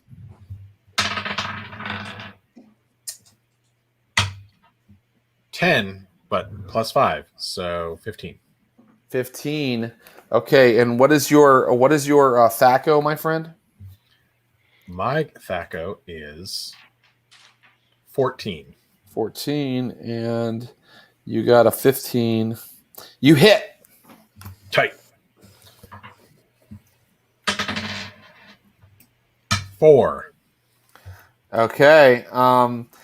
You notice that he, under his robes, is wearing plate mail, and your arrow sticks in between like 2 of the joints in the plate mail, and he's like, like pulling it out. And that it's one is of those your pain missile perverts. attack turn. Anybody else have a missile attack? Nope. Time to cast spells, my friend. I'm gonna turn these undead. Okay, let's see if we can do that again. So you're going to roll 2d6, right? Yes. And that is going to determine how many hit dice you can turn. Yeah, I think first it's if it's higher than their hit Oh, dice, yes, got it. then it succeeds. I got a 7. That's higher than their hit die. Boom. All right, let's see how Okay. many. Oh, ooh, nice. Yes, 12. 12. That's really quite good. So I'm going to rule that the one that came from the south chamber immediately is like and starts to back into the drapery into the secret door he came out of. But Boople and Hannibal Hotwater's bodies are still like and it's a spellcasting round. So now Robin Softshoes has to say something really creepy. That's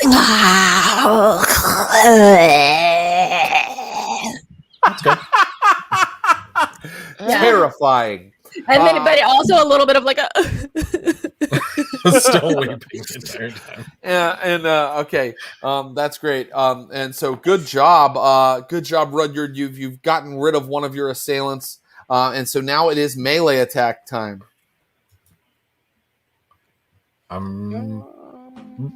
Does anybody have an attack left? I've already attacked. No, I guess everybody's done, and so now it is your enemy's turn. And so Boople von Borplesby goes, "I'll swallow your soul," and then attacks. He's seen all the same movies we have.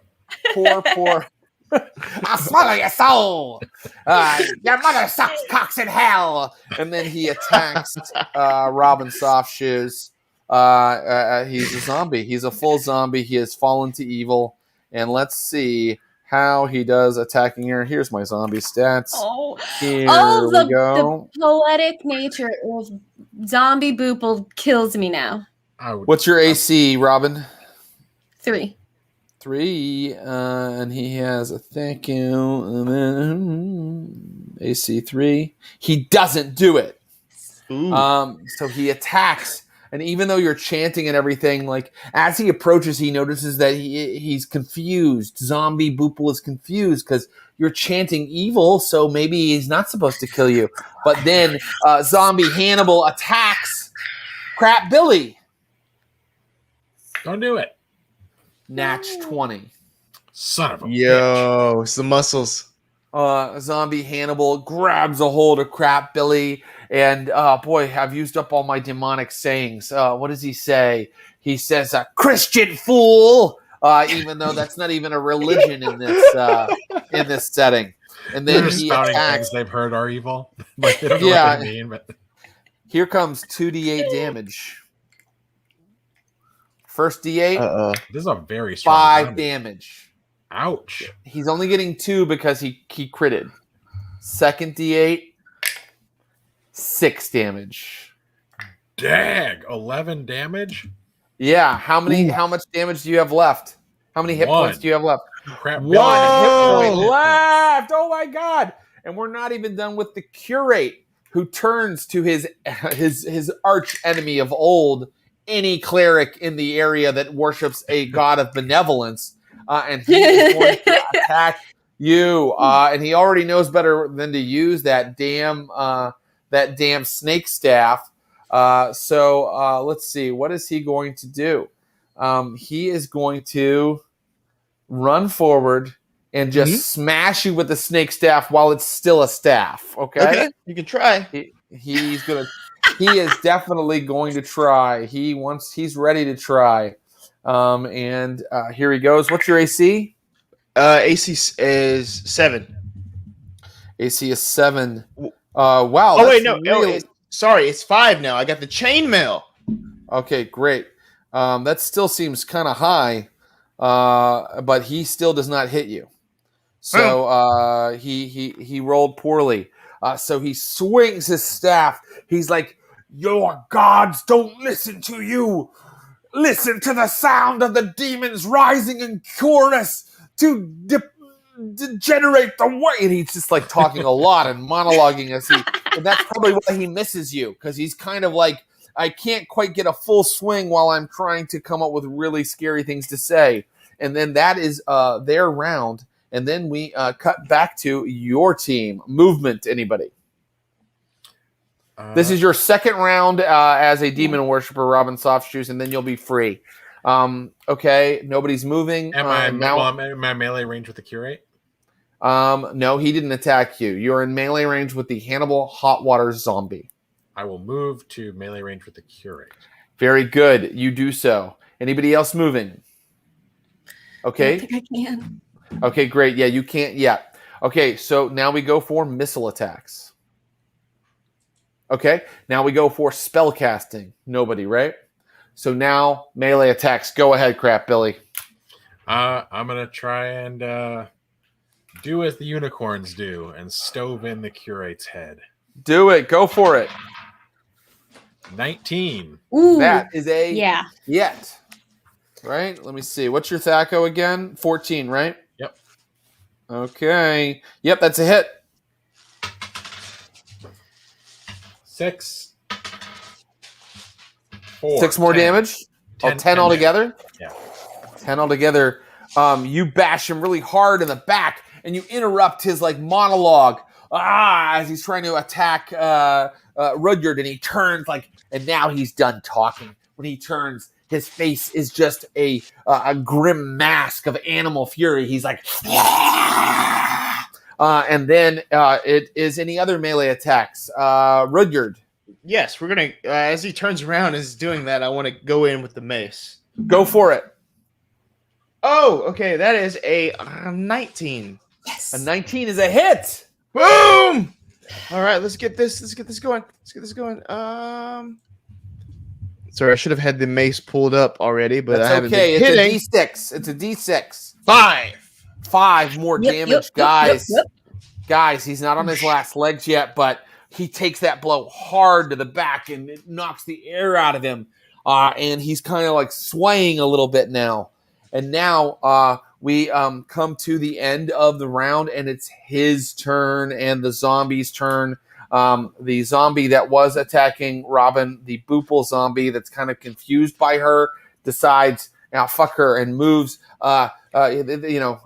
She's not an enemy. I need someone else. And he runs toward our friend Crap Billy. And then the other zombie sees that the curate's in trouble and runs toward Rudyard. And so here comes the attack of the zombie against Rudyard first. And that is a 19. That's a hit, Oh, Rudyard. boy. Yeah. Oh, you're gonna die. That's the end of it's against Rudyard. Yeah. Rudyard, Yes. how many HP do you have? I have 6 HP. I'm rolling a D8 for the zombie's damage. Here we go. Not gonna be enough. It's Oh, not gonna be well. enough. Not It's gonna be like enough. a 1. 5. I'm alive, You baby. have 1 Johnny HP Five left. is alive.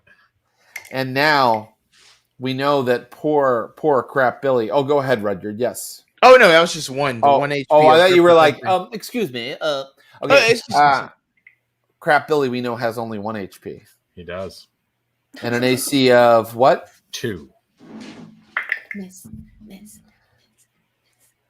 Miss. One more round. And now it's the curate's turn. The curate wants Crap Billy now. He's attacking. Rolled a 7. Okay. No dice. Your turn, guys. So let's start with any movement. Oh, and by the way, Robin, suddenly the chant stops in your mouth. Your tongue is yours again, and you may do things. Is anybody moving anywhere? Oh, I'm going to put the curate between me and the zombie that's trying to kill me. Okay, great. Yeah, where am I in relation to the curate, and are we considering the curate? I'd like to get where I'm behind him and he's engaged with someone else.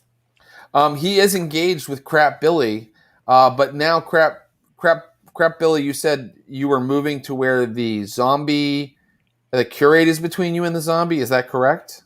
That was my hope. Okay. And Robin Softshoes, you would like to get to where you're able to attack the curate. Is that right? Is that what you were saying? Yes, but ideally, I was hoping to do it from a place where I'm maybe behind them, and if they're engaged with someone else, then perhaps I could get some backstab action. Was my hope. But if we're all moving, then that's what she would be trying to do. But if that's not the situation, It looks like it's going to be too tough. That's not. It looks like it's not possible. And the reason is there's a zombie on one side of the curate and Crap Billy on the other. I will just stay where I am then. Okay, great. So you kind of wake up and realize you have a control of yourself again. And so any movement from you, Rudyard? I'm just gonna make sure that I can see the zombie that's also coming at Crab Billy. Okay, great. You can see it. Okay, everybody can see all of the enemies. It's theater of the mind. Just, I'll let you know if like somehow things are in between you and your enemies, but you're all in kind of a big room right now. You know what I mean? Mhm. So, okay, here we go. Any missile attacks? Yes, I will shoot an arrow at the curate. Okay, go for it. I'm gonna use a different die. I'm gonna use this one. Be good. Yes, that's a 17 plus. This is a 20. That's a 20 total. Oh my God. It's not natural. 20 is a hit. Okay, but there's no backstab or anything, so it's just this. That's 3 damage. Okay. Oh my God. Okay. Yeah, 3 damage. So, this is 3 damage. He is almost on his last legs, but not quite yet. He's very, very close. Robin's arrow has it. He does fall to his knees, but he still seems very vibrant in his personality. And so that is a missile attack from Robin. And what about anybody else? Any other missile attacks? Nope. Okay, great. So then we come to melee. We come to spells. Anybody have a spell? I want to turn the undead. Okay, great. You're going to turn undead again. Go for it. Purple or Hannibal? Hannibal's the one getting turned, right? They can both be turned if he rolls so high enough. That was 11. 11. Okay. Yeah, that works. Cool. Oops. I dropped one of them. Okay. Then that is 7 for the number. Okay, 7 for the number of hit points, right, that you're trying to turn. And that is not enough to turn either of them, because they both have more than 7 hit points left. And so that is your spell turn, and now we come to melee attacks. Wait, so what was They're the a lot first one stronger for? in death. Say again? What was the first one for? The first one was I rolled the 2d6 and I got 11. I'm gonna be frank with you all. I'll be frank with you all. We have never turned undead on THAC0 Tuesdays, so I don't know. I don't know. I don't know. And I can't. And by the way, I can't even understand the rules here. I'm looking at the rules and I'm like, what does this mean? So let's it's stop. very short. Forget it. It's the end of our stream. It's time to read from the rule book slowly. And again, I want no entertainment content while I'm doing this. Okay? Great. Here we go. Turning the undead. Clerics can invoke the power of their deity to repel undead monsters. To turn the undead, the player rolls 2d6. The referee then consults the table opposite, comparing the roll against the hit dice of the undead monsters turned. Okay. So the roll was what? 11. 11. Okay. So monster hit dice, it says 11 can roll it. Oh, okay. A roll of 11. But see, I don't understand this table at all, because the table says level 1, 2. Oh, you're level 2, right? Mm-hmm. Okay, great. And you rolled an 11, and it says for a 2 hit dice monster, a 9 or better turns the monster. So you got that. So as I said, you are correct. That did turn him. Actually, now that I go into all this, I bet you that I was right the whole time. Okay, here we go. Because sometimes I get things instinctually, but I'm not able to articulate them to you, London. He's Do a you understand? natural dungeon master. I just don't know it either. Okay, here we go. Rolled hit dice that are not sufficient to affect the creature are wasted. Let's say they turn it. Well, okay. Okay. Successful turning. If the turning attempt succeeds, it did. The player must roll 2d6 to determine the number of hit dice affected. Okay, great. And then what did you roll on your second 2d6 roll? A 9? Something shitty. Yeah, a 9 though, right? I think roll so, roll yeah. it again. Roll 9, 2d6 9. again. Roll 2d6 again, motherfucker. 7! 7! Well, each of the zombies has 2 hit dice, and you rolled a 7. So I was wrong about that. You have turned them, and we have successfully mastered turning undead in Old School Essentials. Boople and the creature and fucking Hannibal, they go, And they go, no, I'm melting. And they literally, you know what? They movies they fucking, watch, it's they, so you know what? weird. They melt. They melt under our friend's spell. So they begin to melt. And then, as I said before, the spell casting turn is over. And now it is time for melee attacks. I'm going to take a longer pause. I'm going to take the curate's head Take off. a longer pause, Clint. All right. I take a few steps back. I wind up. It's like a golf swing. Right? Okay. Go for it, buddy.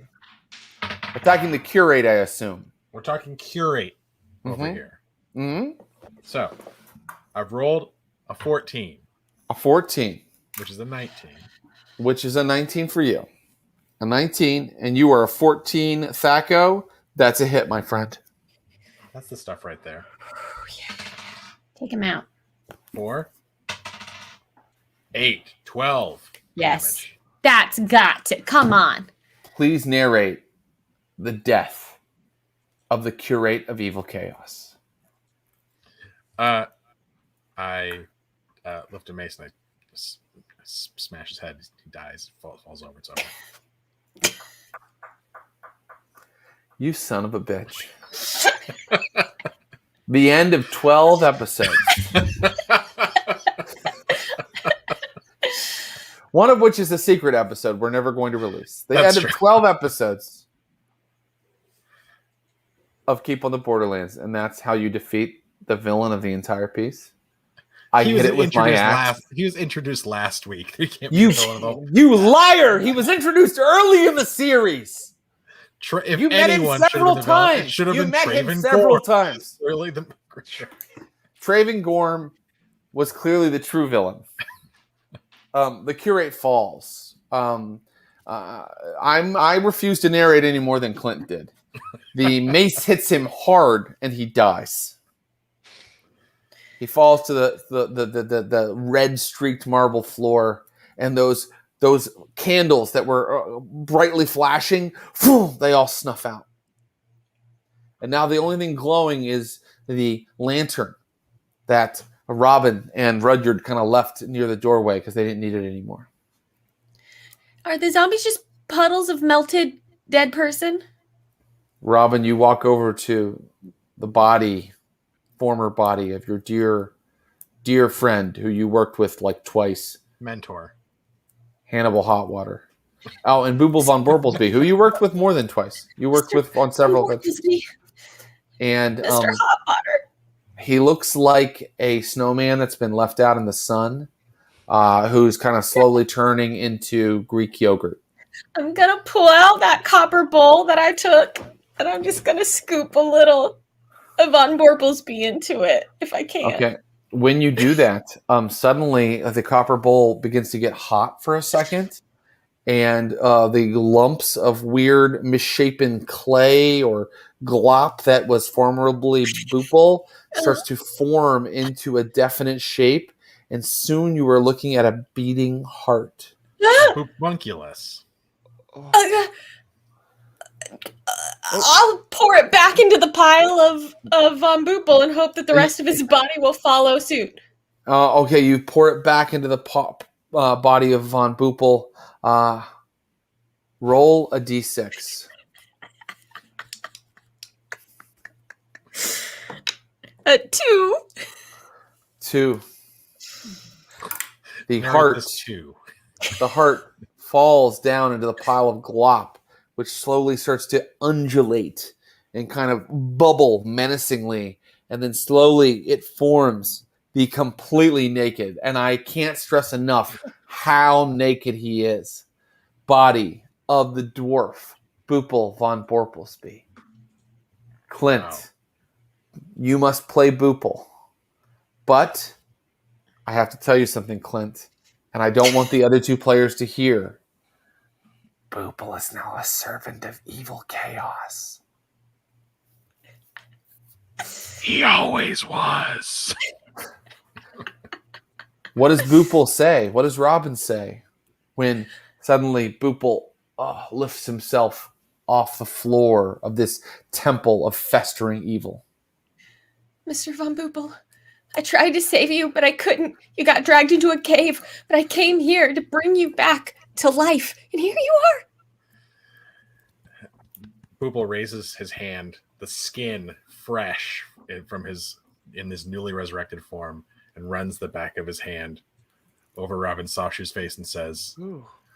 "My greatest student, I see you, baptized in blood, as glorious as I've always knew you could be." Are you proud of me? And then I'm going to give you one of those over the top style handshakes. Yeah. Grab your hand like that. Yeah. And while this is happening, I pull that dagger back out and I plunge it right into his heart. And I go, "You have to stay dead. I've seen horrible, terrible things here. No, this can't be right. It's horrible. It's terrible. I love you." And Rudyard goes right over to Robin Softshoes and says, "I was getting bad vibes as well. I was about to cast Detect Evil, but I guess you detected it for yourself." Pat on the back. My face in a creepy way before. It didn't feel right. So Telltale many sign. weeping stabbings. In the tavern with no name, they tell a story of the three that walked out of the caverns that day. A very adorable cleric with a cute fuzzy mustache who always seemed like he had a child's whimsy and optimism. A massively powerful halfling clad like a potbelly stove who everyone was afraid to talk to because you could see the far-off look of death in his eye. And the greatest hero of them all. She started as a lowly modern dancer. She became a thief. And then she became a slayer of evil. They say that she came back to the fort changed. She cried for months. It was really kind of pathetic. People kind of started, stopped being sympathetic and were kind of like, okay, it's been some time. It's time to kind of move on. And she did. She did move on. Because one day she walked into the forest north of the fort, where men have not yet made trails, where there are no settlements of the eastern folk. She walked deep into that forest and disappeared. And they say she's out there slaying evil still. And dancing on their graves. Yes, and for the final image, I see a moon and a mound full of evil creatures. And I see Robin Softshoes on top of it, kicking and swirling. And that is where we will end the fort on the far seas. Congratulations, players. Hey! I think that's the ending Gary intended. I think so. I think Gary would have been proud either way. Well, Gary might not have been as proud because I forgot that some of those adepts had a cause fear spell, which would have really have changed the battle. Instead, I thought that they would just web you and hit you with some magic missiles. But I also, gave the players a little bit of an advantage by saying if one of them died, he could come back as a level 5 crap Billy. With a girdle of giant strength. I guess he almost died, though. True. He did. I almost killed him. So, but I guess when I humored that change, who cares about the cause fear spell after that? Guys, thank you so much. London, Thank you. Thank you. London, thank you for putting up with me for my putting up with my temper tantrums. I love Paula, it. thank you for being so charming. Clint, you know how I feel about you. Sexual love, but also pride, and what we've put together here. I don't think those two things are mutually exclusive. They aren't at all. They aren't at all. I love you all. I love these players so much. Please find them on their socials and tell them how much you love them. Thank you all for going on this THAC0 Tuesdays journey with us. It's not gone. We are going to come back with maybe more old school essentials. Maybe we'll play one of the other incredible OSR games that are out there, like I don't know, Dungeon Crawl Classics, or maybe we'll just use an old school dungeon that is recently written. There are so many of them out there. I really recommend, if you're a fan of this series, you check out the YouTube channel Questing Beast. Ben Milton on that channel has incredible recs of all kinds of really cool OSR material you can look into. And I hope our players will come back because they survived. I hope we can have you all back. Until next time, happy adventuring, players. Thank you. Thank you. Thank you. See ya. Paula Deming, London Carlisle, and Clinton Trucks.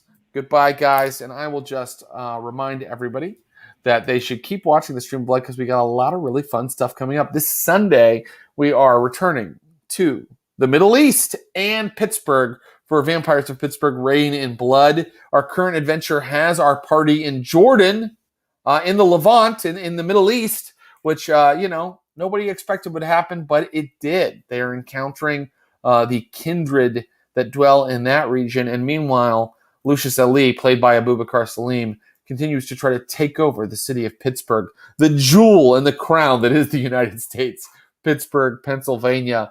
So please tune in 10 a.m. Pacific on Sunday for that. Our next Taste of Blood, I had said that it was going to be Wraith the Oblivion, one of my favorite games of all time from White Wolf, and we voted on it in the subscriber section in our Discord, which you should also visit, the Server of Blood. Guys, I have an incredible cast for this Wraith game, but I want to wait till October to use them because some of them don't. They have some scheduling conflicts have come up with them to do it here in September. So instead, you will see something else next week on the Taste of Blood. It probably will be White Wolf, and I have a really good idea of what it is. It probably will be a White Wolf game, but it will not be Wraith the Oblivion. It'll be something else. So you'll know as soon as we do, which should be before Friday or Saturday. But let me put it this way. I'll announce it by the time we play Vampire on Sunday. In the meantime, that Wraith game is happening, but I just want to put together this really beautiful cast for it and do it in the month of October, which is the most Halloween-y of months, perfect for a ghost game. I just want to remind you again, we're on all of the socials. Please follow us there. And in fact, if you follow me, I've decided to come back to Twitter, but only to talk about gaming with you guys. So follow me at Jared Logan. Follow the Stream of Blood at Stream of Blood on Twitter. We're also on Instagram. But the best place to talk to us, the place I really love talking every day, is on our Discord server, the Server of Blood. So be sure to check us out there. We have merch. Please go to our Threadless store to pick up Vampires of Pittsburgh merch. I think that there is also Neptune Society stuff, Blood and Blade stuff, all series that are continuing and will come back again. So go and check that out. I want to thank Clinton Trucks and Brian Baldinger, my producers and partners. I want to thank Megan Arch, our social media manager, Jill Petracek, our art director, and I want to thank you guys, the viewers, and our incredible players most of all. Together, we have a little community here, and we really, really love playing these games for you. So thank you. And until next time, happy gaming, you sons of bitches. Good night.